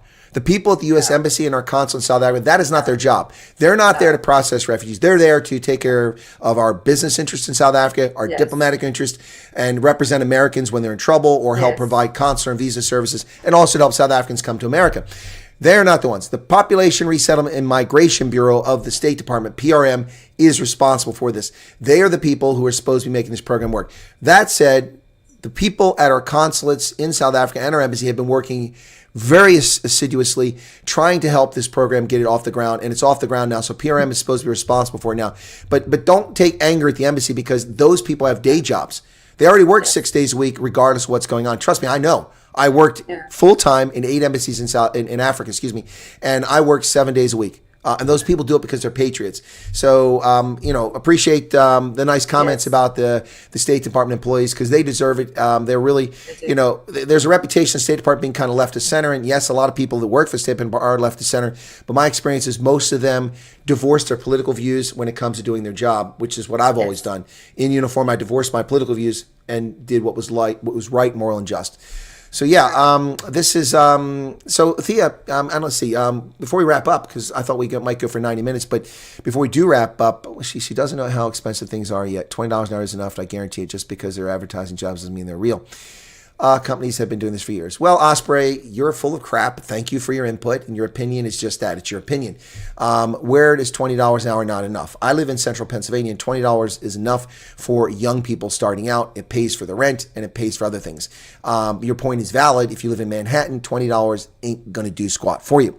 Companies advertising jobs that aren't real. Well, I don't know what companies you're applying for, but I have companies approaching me every week trying to employ me. I've turned down 4 jobs paying over $200,000 per year in the past year alone. Now, to be fair, I have a unique set of skills, and that's why people are approaching me, but companies recruit people. There are jobs out there. I can show you jobs at Messiah College right now, at Dickinson College University right now. I can show you jobs at Pennsylvania, government jobs. I can show you, these are real jobs. They're not fake. So I don't know what you're talking about, trying to dissuade people and mislead people. So stop your nonsense, because that's the cock prodding we don't need here. If you want to contribute to the conversation, you're welcome to do it. Anyway, I'm sorry to single you out, Osprey, but what you're saying is bullshit, and bullshit needs to be exposed as bullshit. It is absolute bullshit. You don't get anybody that's more suspicious than us. I mean, we are hugely suspicious. Us being Afrikaners. Right. Okay. Yes. We are extremely suspicious.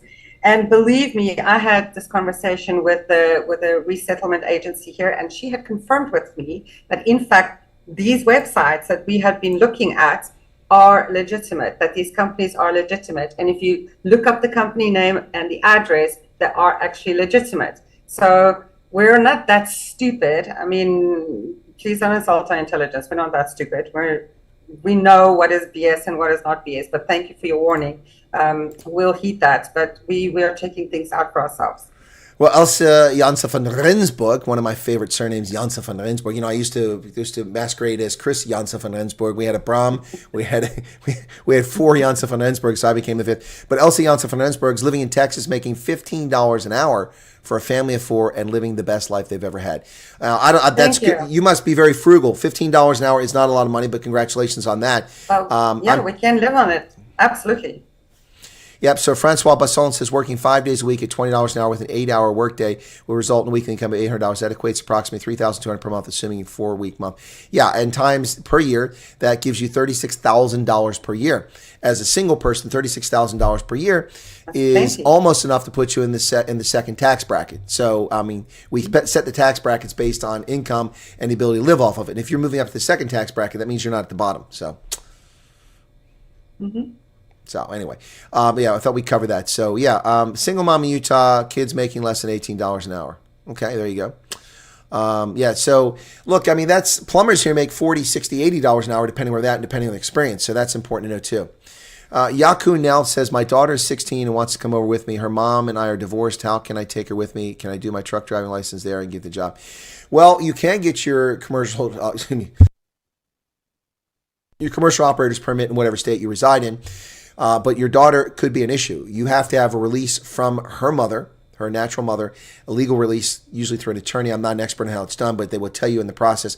But you cannot take a child out of South Africa without the approval of the other parent. Even if you can't find the parent, you've got a problem. Unless they're deceased, you can produce a death certificate.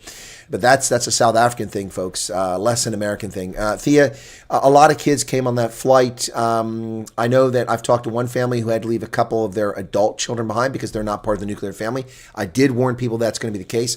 Also, some people, like their parents, stayed behind because they wanted to or because they couldn't bring them with them. Again, I said that unless you're a caregiver for them because they have dementia or physically disabled or Alzheimer's, you're not going to be able to bring them. Did anybody talk about that amongst the group? I mean, did you guys have much time to chat as a group? You were assembled very quickly on the Saturday evening, if I'm not mistaken. Is that the first time you met the other folks? Yes. And then you were with them and you flew out on a plane. And then once you got to DC, you've gone your separate ways. Are you in touch with some of these folks still? Yes, I am.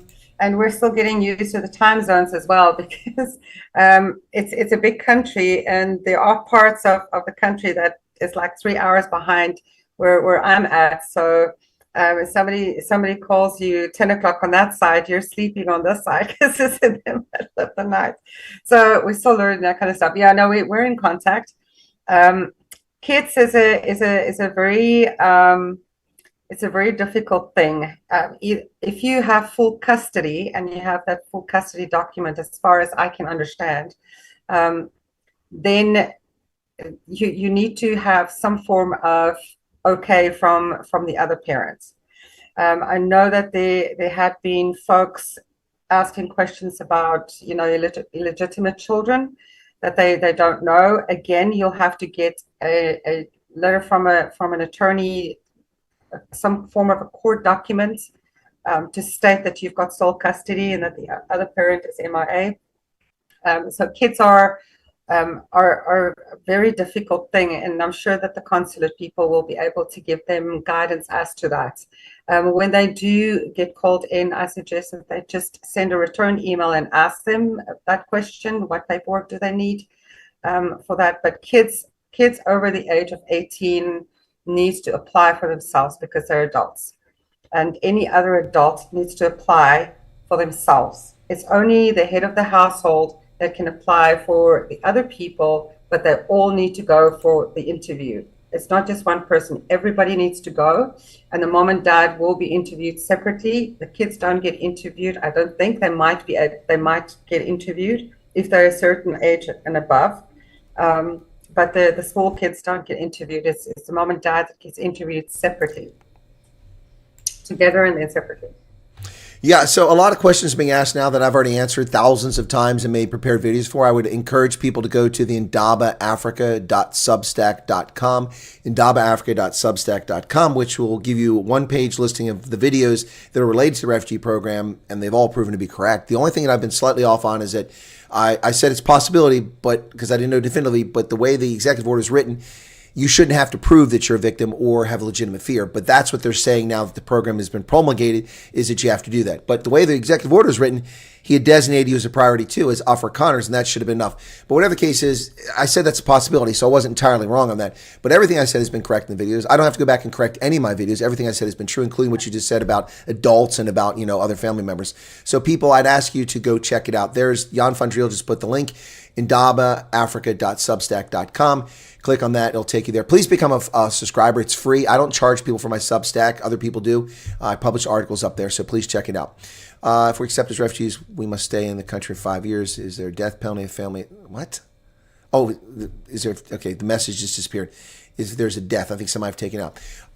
Yeah, you 5 years. No one said you have to stay here 5 years. That's that Canadian consultant lying to you. If you're given refugee status, it doesn't mean you can't. If you get a job offer in the UK, if they let you come over to the UK, as far as I know, you can go there. You still, but you can't go back to South Africa. I mean, why in the world would you go back to a place where people are trying to kill you? Are you lying? Are you not really a threat? Have you not been discriminated against? Is it not dangerous to be in South Africa? If it isn't, then why are you coming here in the first place? But they do make exceptions for death in the family or illness and that sort of thing, but it's a case-by-case basis. But I asked this question, and I'll ask you this, Thea. Do you really think the ANC would welcome you back to South Africa? No, there's nothing that will bring me back there. I don't see anything changing anytime soon. I might be wrong, I don't know, but I don't think things are going to change anytime soon, not in my lifetime anyways. And there's no reason why I would want to go back to something that has just bad memories right now. I had a really good childhood and I'm really grateful for that, and I was very happy. But you're stuck in the middle of something and being blamed for something that you had no part of, no choice over, and why would I go back? Oh. Well, that's understandable. So Karen Lang asked a question about your national driver's license. International driver's licenses are normally valid for 12 months from the time they're issued and not in the country they're issued. It has to be based on your national license, and they're valid and accepted by countries around the world. However, you don't need an international driver's license to come to America. Your driver's license from South Africa is valid for the maximum amount of time that the state that you reside in accepts it. So I was an Ohio resident, despite the fact that I lived in Pennsylvania, because we have a law that protects service members. They can only be taxed and they can only vote in their home state. So Ohio was my home state. I had an Ohio license, even though I lived in Pennsylvania for 4 years, and I didn't have to change it. But when I retired from the Army in October 2019, within 60 days, by law, I was required to transfer my Ohio to a Pennsylvania license, which I did within 30 days. And that's how it works. So your South African license, you'll have to go and apply for a North Carolina license, a Virginia license, an Idaho license, a Texas license, wherever you're at, within the specified period by that state by law. And your license is reciprocal. It's recognized by all 50 states, Mexico and Canada. Also South Africa, Germany, they recognize my license. I don't have to have an international license. That is a way for tourist agencies to make money. Nobody worries about your international license for the last 25 or 30 years. You will get here, your license will be transferred. So quit worrying about that. If you have a motorcycle license, if the state will accept that license, then great. If not, you have to take the written test and the driving test. Problem solved. Easy peasy. I would not worry about that. Unless you're independently wealthy, you're not going to have a bunch of cash to buy a car or a motorcycle when you arrive. Some of you are. I know millionaires who want to come over here are going to do it. So Thea, that begs a question someone asked earlier before we wrap up today. Were you able to transfer money from your bank account over here, or did you just like drop it and go? No, I haven't. I know some folks on the plane had some savings. They could, in the 7 days, sell some of their assets before they had to abandon whatever else was left behind because we ran out of time. But it is possible to do it, I think. I think what they've done is they did PayPal accounts or something, and then put the money in a PayPal account, and then you can access it on this side. But it is possible to do it. It's just the fees are extremely high. If you have a South African banking account and you want to draw money over here with it, if you've put it on international roaming or whatever. I heard them talking about it on in DC at the airport. They were trying to get, I think it was Capitec Bank, on the app, they were trying to get some setting right. So it is possible, but apparently the fees are extremely high. But I mean, yeah, it's not like you to come with a whole bunch of cash. There's just, yeah, I don't think that's going to happen. I hope it does. I hope you've got savings, but in my little case, no, we got to work for our money. Well, there are ways to do it legally. You can bring as much as $10,000 U.S. currency equivalent into the country, tax exempt. That's allowed, but you have to declare that money when you come to the country. Don't come into the country with a bunch of money in your suitcase or in your pocket and not declare it. But you can do that. You can also transfer money like with Wise and others places online, PayPal. That's not my place to tell you. We did have a financial planner and investor in South Africa who offered to help people, but scumbag, self-pleasuring, masturbating, hate-wanking shitheads threatened that person's business and lied about them, and that's what that person is. So if that profanity offends you, then you're in the wrong channel, because I'm going to call it like it is. And that scumbag is the same person that's attacked Steve Hofmeyer and also attacked me because his feelings are hurt because he's an inferior, tiny penis individual. And I think that the penis envy is just too much for that person. Sorry about that, Thea, but I mean, just had to get that out there. So the truth hurts. There are ways to do it, folks. Look, okay, I'm going to be clear about something once again here. Thea, did I ever encourage you to leave South Africa? Nope. In fact, I said, I hope you don't leave South Africa. Did I not? Yes, sir. And you ignored me. I did. You know, I'm such a bad child. I know. What can I say? Disobedient rebel. Cobus Venter, you apparently are a new follower or subscriber who is also not watching the videos in the Substack link, or because it's a lot easier to find them Substack than is go through the list on my channel. I've addressed that. That's why we hire NGOs. They take your CV, whether you come from Chad or Somalia or South Africa, they convert it to American, because your matric means jack squat in America. We don't do matric. Your charter public accountant doesn't mean anything, because we don't have charter public accountants. We have certified public accountants, and it's different. Your certifications, your qualifications are likely good enough to match certain things in America, but someone needs to translate that into American. That's all part of the process. It's all taken care of. It's all paid for. You do nothing. Take a breath. Calm down, relax. Not that you were excited. I'm just saying that people just go excited. I've answered these questions 85 million times. I'd appreciate if people go watch the videos and put together. Anyway, so Thea, you've been very generous with your time today. We still got over 5,000 people watching the stream. If I was just looking for clicks and hours watched and ad revenue, I would drag this on for another hour or two, but that's unfair to you. You're still getting adjusted to your new life in Aruba. In my tent. In your FEMA tent. And so what I'm going to say is that maybe it's time to wrap up. We'll have you back on the program. We can talk more as things progress. You can share your experiences more. But I thought this was a very important one, as you did, to let people know that it's going to be okay. You're not in a FEMA tent. You're not starving. Your cupboard is full. People have been there to check and make sure you're okay. No one's broken in your home. You've not been assaulted. In fact, I talked to one of the other refugees who mistakenly did what I do. They left their keys in the door overnight already. And they woke up and they're like, is anybody in the yard? No, nobody was there. So my point was that we wanted to share this with people, not to encourage people to leave the country, not to encourage people to stay, but in the interest of full disclosure, the truth from your perspective and my analysis. So Thea, exactly. I'm going to give you the stage. I'm going to put you on the screen. You can address everybody out there. Tell them your thoughts, your concerns, and if you're trying to, just allay people's fears, you're welcome to do that. So the floor is yours now, Thea van Staden, and go ahead. Thank you. The biggest thing I can tell folks to say is stay off social media. There are a bunch of trolls out there that is just so sour, and I just don't understand where the hate is coming from. But there's a lot of misinformation that is out there. Just stick to these channels. Listen to Colonel Chris. We are working on the site to make life easier for you. And in fact, we touched on the subject very quickly, Colonel, about us wanting to establish a fund on the site. So when we start working on the site, we want to take a percentage of our salaries and put it in this fund and have the Colonel run it. So he can decide who qualifies for it, or give it to some of the agencies to help people that's coming in, or perhaps folks back home that needs help with passport money. But I've already spoken to some of the folks that was on the flight with me, and they agreed that it's a good idea. But we feel it's good that an independent person runs it, because the trolls will say that we're trying to steal money from people.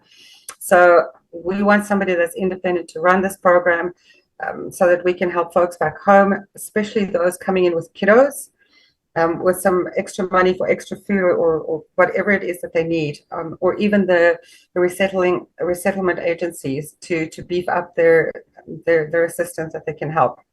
So we'd like to start that program, and we're talking about that.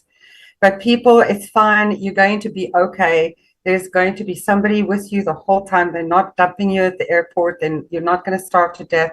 You're not going to stay in the Ritz Hotel, but you've got everything you need. And there's a difference. People don't understand the difference between a want and a need, but you have everything that you need, and you're comfortable, you're safe. and you get taken through the whole process. Somebody's holding your hand and teaching you. It's a bridge that they're building. They've done this thousands of times before. We're not the first one that gets help by these resettlement agencies. You're going to be okay. Well, in fact, we've had 3.1 million people legally resettled in the United States under the Immigration Nationality Act since 1980. If you go back to 1950s when we started, it's closer to 4 million total since that period. So a lot of people come in the country, and we've had surges. We took in hundreds of thousands of Ukrainians almost overnight. We took in 162,000 Afghans in less than 3 weeks. So it is something we can't manage. So so you mentioned drafting me to do that. Yeah, nay. No, maybe. We'll see. A lot of people mention my name. That sounds very South African, doesn't it? Yeah, nay. A lot of people are mentioning my name in a lot of circles right now. I'm not the refugee guy, but a lot of people are recruiting me to become the refugee guy. We'll see. I want people to have their best chance of success in life, and whether that's writing President's Daily Briefs to keep Black Africans from starving to death, which I once did, hundreds of thousands of them, or it's helping people today, I'll do what I can. So we'll see how that goes. But okay, we'll talk more about that program offline. But Thea, I want to thank you, Bye Donkey, for your time today. Kia leboa. It's been epic as always. Let me just run through the numbers here very quickly as people start to drop off because it's past their bedtime in South Africa. It's after 9 o'clock.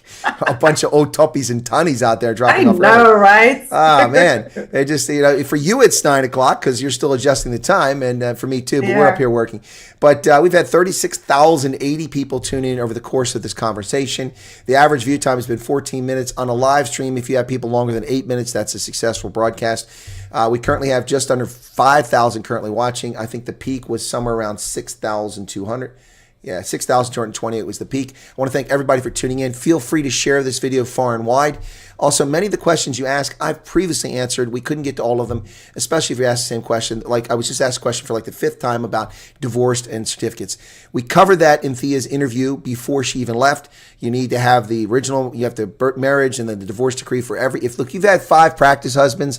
First off, I'm going to ask about your sticking ability with a man. That's the first question.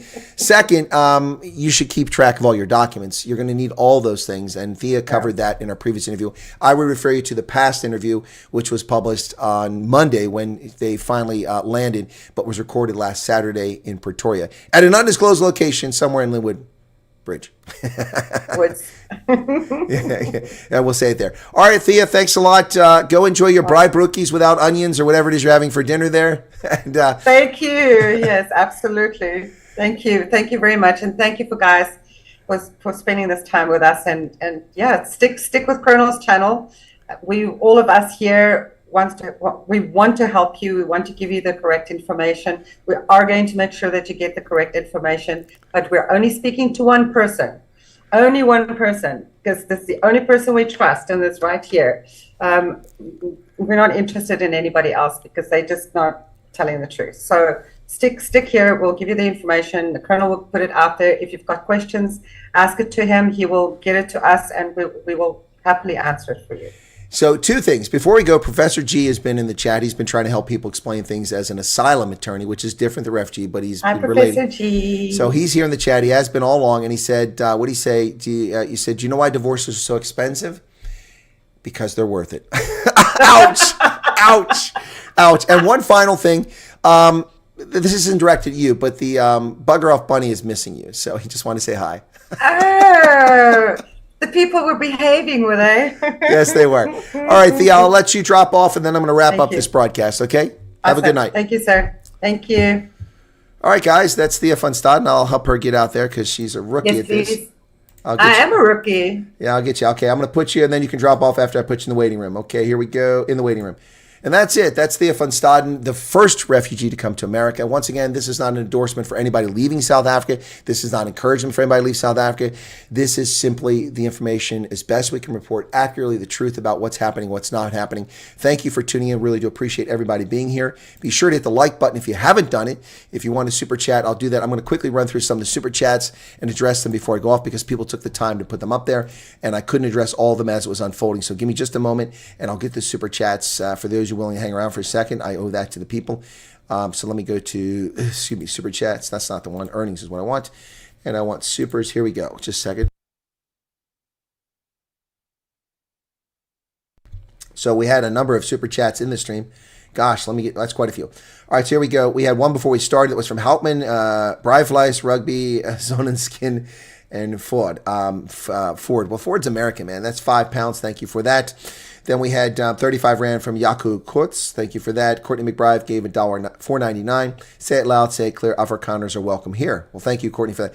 Liz Bezuidenhout said, buy a donkey, Thea, yourself, so Blutstal.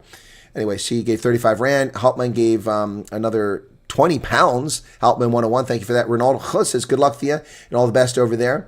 You are pioneers, and don't let anyone tell you anything different. Godspeed, says Ronaldo, 140 Rand. Lydia Bradley says, is it Lydia or Lindia? Hang on a second here. I need these glasses here. Linda, the way it spells is a little different there. Linda Bradley says, how is it? I'm in Dallas. How can I contribute to help Thea get her pets to USA? Well, that's a good question there. $5 super chat. Tune back into the program and or send me an email. I'm way behind emails, and I will try to see if she's looking for any help like that. She didn't say she is, but I'll try to find out. Inkwell Odyssey says, Thea, I hope you're okay. Thank you for your strength to be one of the first to lead the rest. 35 Rand. Then Eugene von Skalkvik just became a paying member. Thank you for that. Eugene, that's to you. Then we had Philip Schultz. Zach Zock said, sad to see John Cena and his feeders together. He said it twice, 35 Rand. Philip Schultz says, thank you for the great information. Low IQ gave 20 Australian dollars. Thank you for that. NDK gave 40 Rand. Then Zixox, 70 Rand. Mandy Fayon gave 70 Rand. Gary Carnegie just gave $14 Canadian. Thank you for that. Tinfoil Neanderthal, please don't bore me, but why does she have a U.S. accent? I have no ill feelings, just curious. She has a U.S. accent because she's practicing her accent. That's what she said. Peter Sten, 70 Rand. Linda Bradley says, how's it? Please let me know how I can help. Okay, that's twice you asked that question. We'll take care of it. Thanks for the answer, says Tinfoil Neanderthal. Louis says, $20 U.S. Afrikaner in Houston. Thank you for doing these streams and putting through the BS. Okay, I already answered that one earlier. Susan Andrews gave a super chat, a super sticker, 21 Rand. AI Creatives, 14 Rand. Arctic, biggest compliment, well said, 40 Rand. Jacala SA says, brave lady, Thea, respect. Thanks, President Trump, 40 Rand. Crocatia says at £10, we do not have to explain our decisions, govern anyone when we only want a better and safe life for our families. Well said.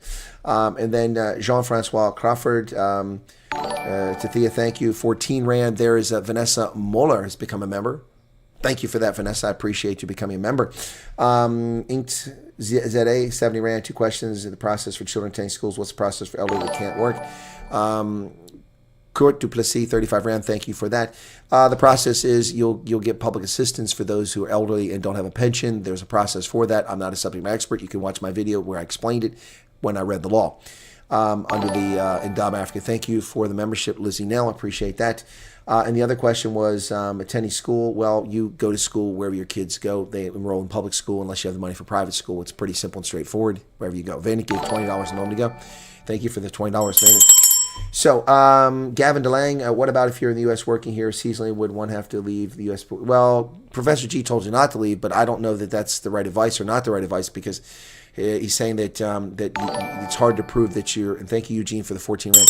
He's saying it's hard to prove that you're afraid for your life. Well, but people with those H-2 visas go home all the time and then come back. So I'm really not sure how that argument holds water, Professor G. But you are a lawyer. You may know better than me. But you're doing it for asylum cases. I don't think it applies here.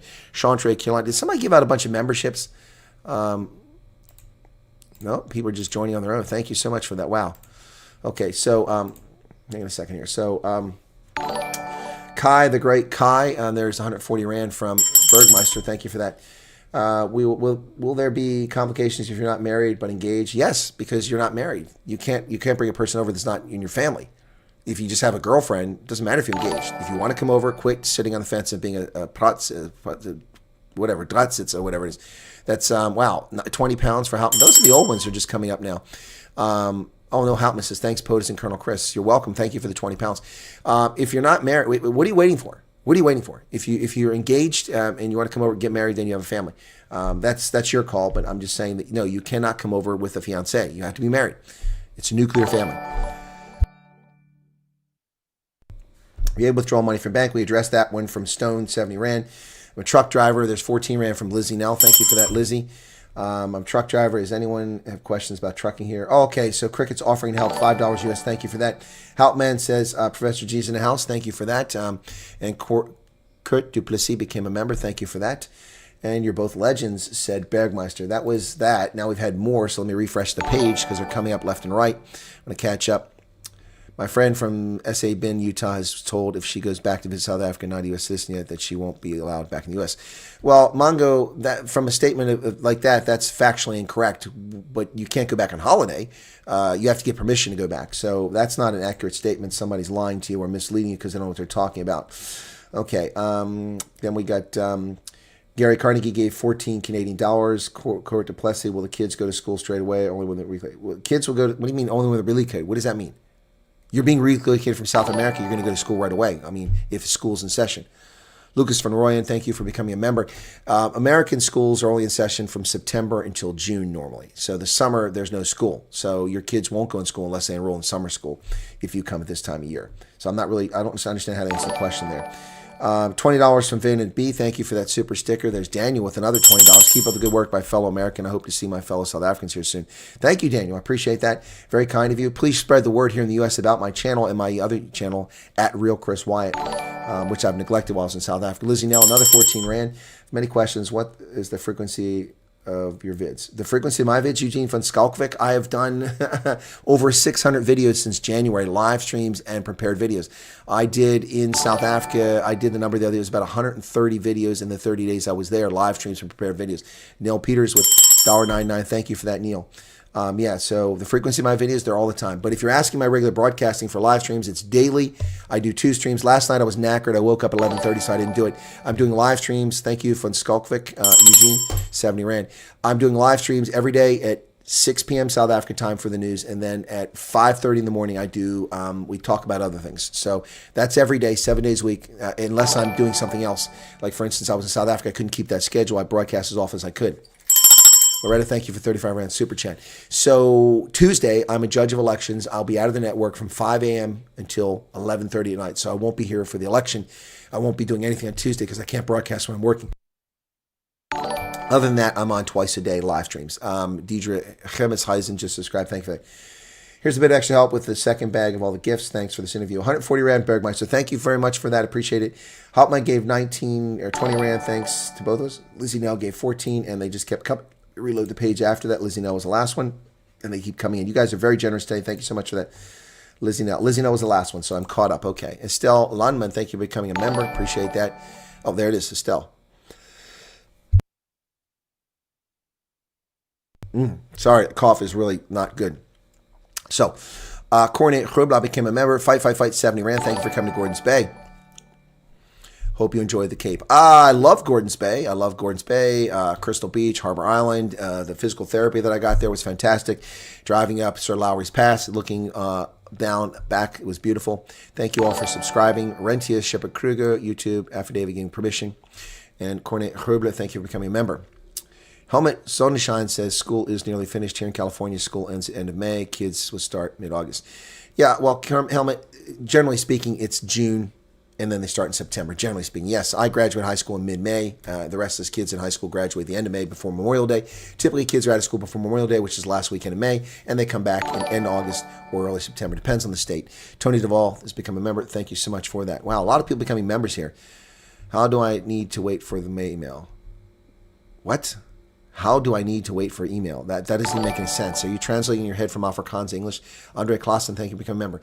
There is no email. That's another thing. If you watch my video from earlier today, you'll see what I said about that is that was the case before. Email isn't the case anymore. You need to go and do the statement of interest at the website. JP Nardia, thank you for becoming a member. Wow, people just coming left and right. The video I did earlier today has now 51,000 views. And in that video, I make very clear what you have to do. The email is no longer the case. John Van Eden, thank you for your membership. Just want to understand something. Me and my fiance has kids together. We still need married. Yes. As far as I know, you do. Otherwise, only you and the kids are going to come across and not her if she has permission. Christian, thank you for your membership. But you'd have to ask that question when you go. I mean, I'm not a subject matter expert in it, but a nuclear family is 2 adults who are married and their kids. Monique Leger, thank you for your membership. Wow, what's all the memberships, folks? People have been telling, yes, Napoleon Dynamite. I've had contact from people who say they've been contacted for their interviews in the second batch. And then Christy Oosthuizen's become a member. Thank you for that. All right. And then we got Veronica coming up. Will single men be welcome with this program? Why wouldn't they be, Heinrich? So why wouldn't they be welcome? Have a Kit Kat, says Daniel. And there's Magdal Engelbrecht. Thank you for, oh, that's a subscription. I just wait for subscriptions. Thank you. We're bored. My people have been here for 250 years. We know for a fact we must have independence from them. Yeah, well, Devet, Afrikaners will be in South Africa regardless of how many people come over in this program. And Gerhard Boysen just subscribed. Thank you for that. Yep, so stay away from California. Yeah, Arctic says, married. What don't you people understand? Look, folks, just because you don't want to listen to what I have to say, it doesn't matter that you ask me 55 times to get the answer you want. You're not going to get the answer you want. You must be married, okay? Renee Ellis, thank you for your membership. Okay, friends of ours went over years ago, and the children were in something in South Africa and found that the math was much easier in the U.S. school they joined. Did they really well in tertiary education? Well, the math may have been easier there, but they weren't challenged. You should go to a more challenging school. Riet de Bruin subscribed. A lot of subscriptions. Press wrong buttons. Pension goes, you say, what will he be able to do there for income? I've answered the question, Chris. Go watch the videos. And I've answered in the last 10 minutes. Renee Els, welcome to you. Okay, and if we want to help these people, how can we do that? Well, that's a question, Cedric, that's it's open-ended at the moment. They're trying to recruit me to help them out. I'll consider it. But I just, yeah, I'll consider it. So we'll see what happens going forward. People just need to be patient, okay? 67-year-old to get a job? No. 67-year-olds work here. My neighbor's 86-year-old. He still works. Yep. Charles says, they will contact you, fill the declaration. Charles, right now, from what we know, people aren't being contacted. You don't get any automatic reply telling you that it's gone in. So it's a little different than Momo, people have been asking about you. They've been asking about you. They said, where have you been? I said, you've been around. Mara Faris says, thank you. I wish I could subscribe, but I'm a pensioner. Well, what are you talking about, Mara? You are subscribed. You are subscribed. You wouldn't be able to chat if you weren't subscribed. You're talking about membership. Membership. Thank you for the 35 Rand Court Duplicity. You already subscribed. That's all I ask. Subscribe to the channel, folks. Don't know if I heard wrong, but they have already started. Yes, you did hear correct. I can't confirm that from the government. I can't confirm from people who've contacted me, said they've already gone in for interviews, or they've already been contacted to do interviews. Yeah, the program opened Monday. Why would they wait? Why would they wait? Okay, the sooner they get it underway, the sooner they can get people processed. Baby Boomer says you can take as much money as state as you want, but everything over 10,000 is declared. That's correct, and you might have to pay taxes on when you come in. My stepchild's mother is not married. Will still need the father's permission. Yes, if you're not the natural father, you still need it. Louis from Houston, because he has parental rights, unless he's abrogated them in a court settlement, then you just need that. But that's a South African thing. You have to make South Africans happy. I noticed that the media has been doxing people in South Africa applying for a program and leftists in the U.S. threatening refugees. Do you think the FBI will look into this? I've encouraged it. I've also encouraged the government of South Africa to go after these people for violating the Poppy Act and harming those. So I hope that they do that. I do hope that they do that. So thank you all for subscribing. I really appreciate it. Chris Swanepoel says, Wyatt Army, keep your feet in the ground and reach for the stars. There you go. Jarina Rue, thank you so much for the live. Colonel, it was very informative. You're very welcome. Michelle Dutoy, Thea said she had to go for a second interview and it took 3 days. Did they organize accommodation? I don't know the answer to that, Michelle. I don't know the answer to that. Sorry. And I have never asked that question, but I can ask her that offline and get you an answer, okay? Didi Thiesnar. Wow, you guys have some really wild names in South Africa. Welcome. Lizzie Nell, thank you. After you've done the statement of interest, how long? We don't know because the statement of interest only occurred on Monday. It's only Saturday. I doubt that only a handful of people have been contacted so far. So Debbie Fox gave a big super chat there. Appears a lot of Southern people have serious relationship problems. Yeah. Oh, Mark Myberg from Feldrift. Brother, you're right. I've never seen so many divorced and remarried and divorced and people who don't get married knock up others and have kids. I've never seen this in my life. Another indication that all is not well in South Africa. Look, marriages end 50% in divorce in America, so it's not like we're special. But, man, I'll tell you what, the South Africa relations, I mean, most people I know are divorced or remarried or having a second marriage. It's crazy. Obviously, you're suffering stress that other people don't normally go through, or you just don't know how to have a relationship. I don't think it's that. I think it's just the stress of the country. And Lindy Kotsia has become a member. Thank you for that. Skippy is a member for 7 months. Thank you for being a beacon of light. You're welcome.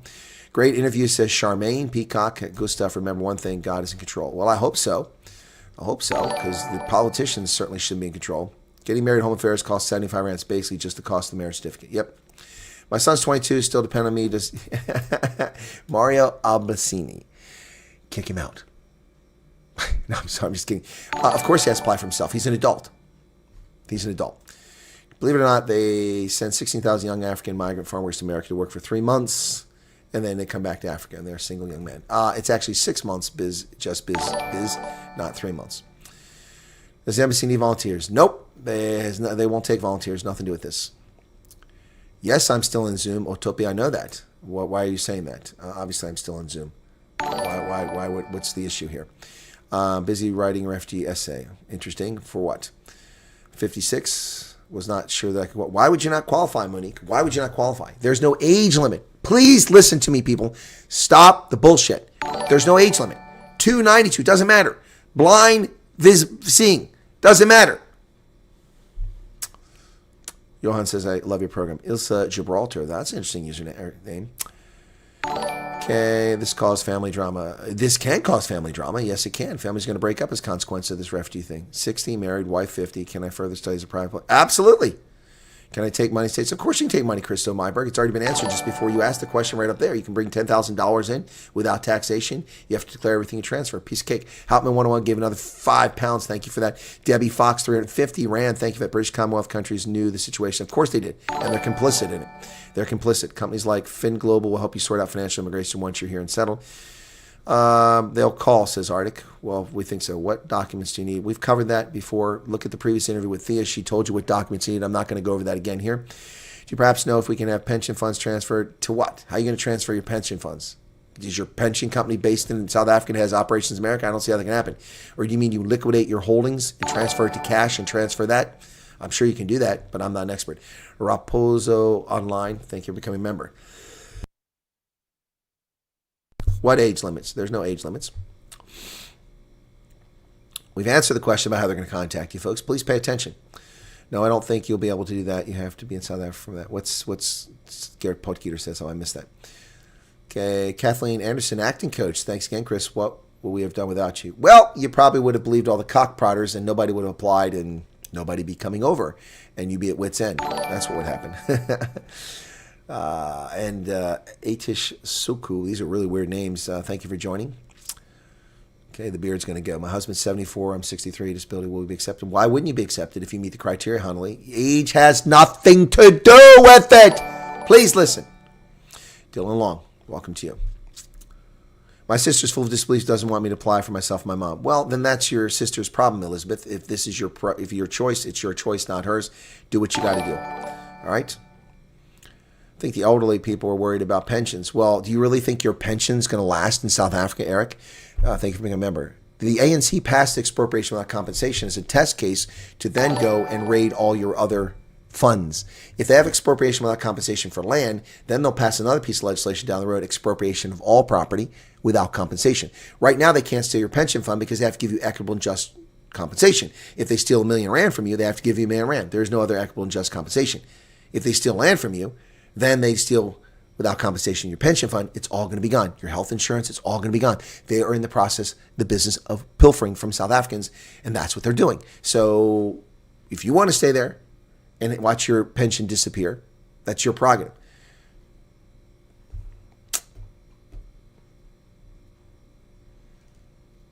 Renee L's, Google is your friend. Monster.com, Indeed.com, millions of jobs. Go look it up. Wife is Burmese. All our kids' passports and Southern passport. None of us have dual citizenship. Will my wife not be approved?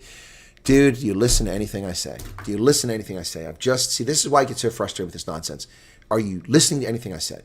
I said explicitly, they do not break up nuclear families. If you're married to a Burmese, if you're married to a Maltese, if you're married to a Canadian goose, well, maybe not the last one. That won't count. It does not matter. You qualify. Your nuclear family qualifies as a consequence of you being the head of household. Done and dusted. If your wife is an Afrikaner or an ethnic minority and you're a Zulu, you can qualify. under your wife. They don't break up nuclear families. She can apply. Does that make sense? Please listen to what's said, folks.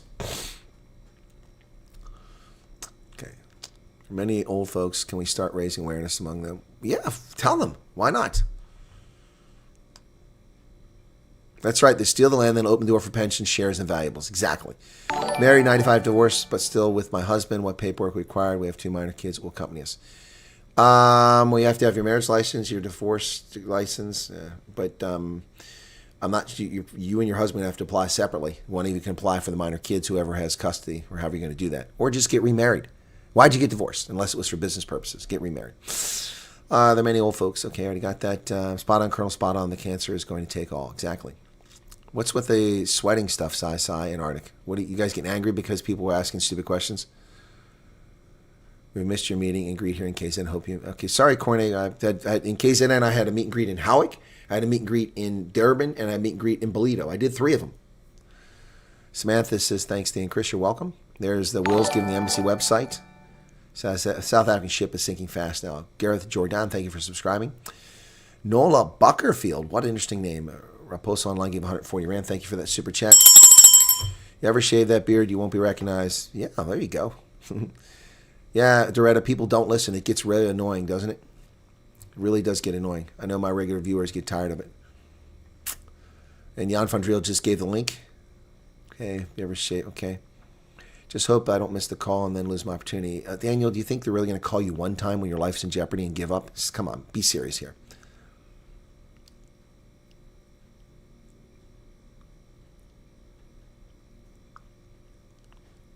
Listen and read. He's BSing to us. Who's BSing you? What are you talking about? Who's BSing you? 18-year-old still busy with school independent. Should we? I don't know the status on that, Karen. If they're still in your family and they're still in high school, I think you're okay, but you have to ask them. Lies en luister, asseblief mensen. Thank you, Danny Olivia. Lies en luister. Luister, asseblief. Yep, there you go. Read and listen, please, folks. South Africans are used to a country that doesn't work for them. They can't believe how things actually work. Yep, Johnny, you're right. Okay, what if Ron Post tells the president to stop refugee program and make a deal? Remove the racist laws. You really think that's going to happen? Used? I don't think it's going to happen. Firefox. Okay, they're going to force pension funds to invest in state programs. Exactly. Mariska says, oh my word, I brought my pets to US. It can be done. It isn't super hard, but it is super expensive. Super expensive. Hello, gorgeous. Thank you for subscribing. Okay, can't wait to leave, says Tractor Champ. Willem Duckett, please go and look at Colonel Chris's video already posted. Yep. To settle the inquiries about money, you can bring as much as you want. You do not get taxed in USA for bringing it. You do, however, have to pay exit tax in South Africa. Yeah, exactly. You also have to declare it. Xavier says, great. Once again, Colonel, thank you. Get well soon. Take care. All right. How will elder people get a job? I've covered this. Not going to go into it again. Tiboho Colleen Malofe. Hello to you, Tiboho. What's going on? You're welcome, Mandy van Royen. Shane, stay calm, apply, wait. There you go. So many sheep on here tonight. Stop bleeding and go watch your Colonel's videos. Watch videos of Chris if you got questions. Go out and find a job. Everyone will catch the next stream. All right, Cool Beans, ANC didn't say they hate whites. They just legislate hate. Yep. Okay, alrighty. Put 6 to 12 months because I have a 16-year-old dog that has to pass. There you go, Monique. Okay, there you go. Okay, very excited to have 2 small girls and cannot wait to get a better future. Please help me with our American, in Australia? Somebody disappeared that. Thanks again. I'm out. Okay, it looks like people are leaving left and right. Is it true that you have to repay the country back for the flight? Rachel, Bothma, normally when you're a refugee, you have to repay for the flight. That's correct. You're given an interest-free loan from the International Organization of Migration normally. I don't know what's going to unfold here. The people came the first batch. They weren't charged for the flight. Someone paid for the charter flight. What if that means to finance supply for passport? Oh, my goodness. Apparently, you weren't here, Elsie. I have no empathy or sympathy for this whatsoever. Plan. They don't whine about not having money. If you don't have money, then you ask somebody. If you don't ask somebody, then you stand on the street corner and beg. You can make 1,200 Rand a day standing on a street corner begging for money. And if your pride is a problem, if it gets in the way, then you won't get here. Just like the lady earlier said, she doesn't want to have her kids get childhood vaccinations. That's your choice. You're not coming. I've been very patient and tolerant with people coming here and moaning about not having money for a passport. $30 frickin' for a passport, 600 Rand for the past 3 months. And this morning I made a video. I'm tired of it. I'm not going to address it anymore. If you don't have the money for a passport and you can't find a way to raise the money, then you are not serious about coming to America. You're not serious about escaping what's going on in South Africa. It's as simple as that. It's simple as that. I don't mean to be cold-hearted, Elsie, and I'm not directing at you, but the question is annoying and nerve-wracking. People can find a way.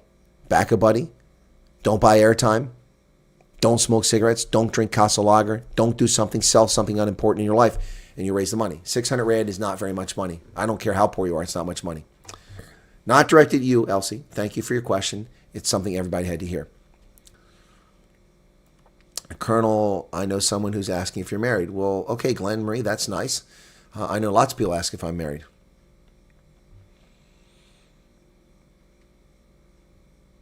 The amount of stupid questions, I'm surprised USA won any of us. Exactly, for fuck's sake. Henku Nell. Henku Nell, you're spot on. Yep. Thanks for all the infos and assistance, but the newbies gives us the best entertainment available. Thank you, Jane Smith. Yeah, people asking silly questions. Okay. Oh, she mentioned checklist. That checklist was compiled by my moderator, Hendo. I edited it. Also, it came from an interview that I did with one of the people who went through the first interview. It's a pretty good checklist. It's been available in the WhatsApp groups. I don't have it handy right now. Maybe one of the mods can share it in the WhatsApp groups. And more importantly, I recommend you go to the Telegram Refugee group, which my mods can share. And there, you don't have to worry about people sending messages. Just only my moderators and I can send the messages. But yeah, go there. Okay. $20 an hour is above the average South. Sorry, bottom line is it's paid job and ticket to get settled. Yep.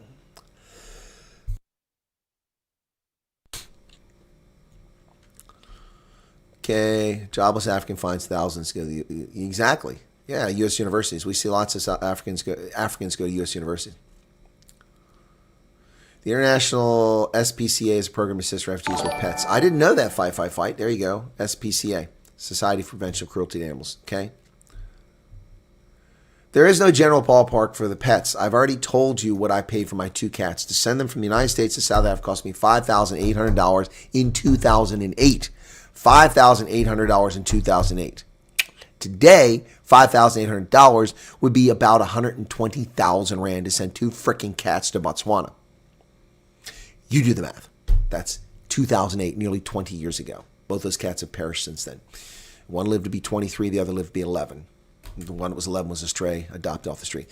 So, no, there's no roundabout. Start doing your research. I'm not going to research pet relocation services for people. It's on the internet. It's not hard to do. Please look it up.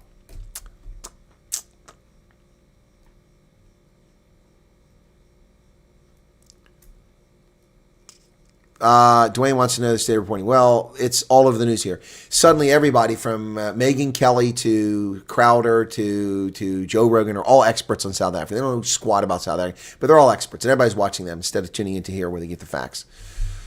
Well, I don't have the checklist, Vita. You're not listening to me. I just said you'll have to go into the Telegram or WhatsApp groups to get it.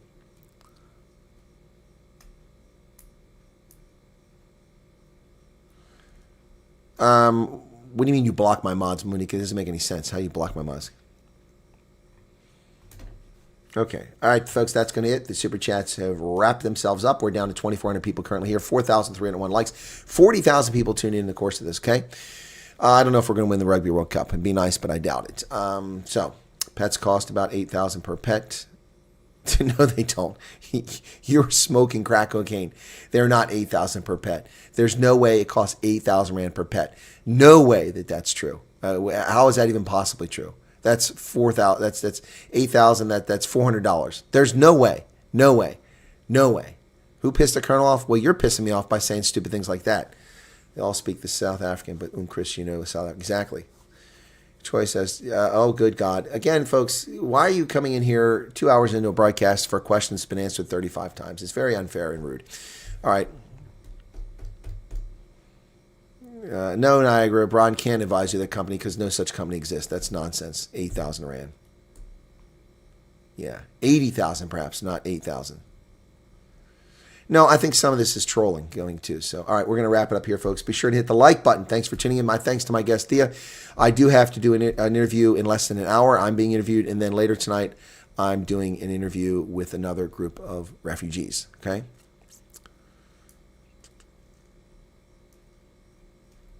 That's it, guys. Have a good one. Thanks for being here. Thea, thank you very much. Bye-bye, donkey. And we'll catch you guys, well, on the next broadcast later tonight. Busy day. Cheers, everybody. Bye-bye. Whoops. What happened there? My Zoom is on top. That doesn't make any sense. How does that happen? How did my Zoom get up there? Oh, that's why. I've got another Zoom window up. How did that happen? What the heck happened there? Something weird is going on here. I have 2 Zoom windows. There you go. Now let's try the closing. That's weird. How did that happen? Very odd. Strange. So now my closing video. The vagaries of switching from one device to another, and my studio gets all messed up. So now I can't find my closing credits. Wow. Okay, it's going to be down here somewhere. Sorry, folks, for this leading you on this little stray effort here. There it is. Now we got it.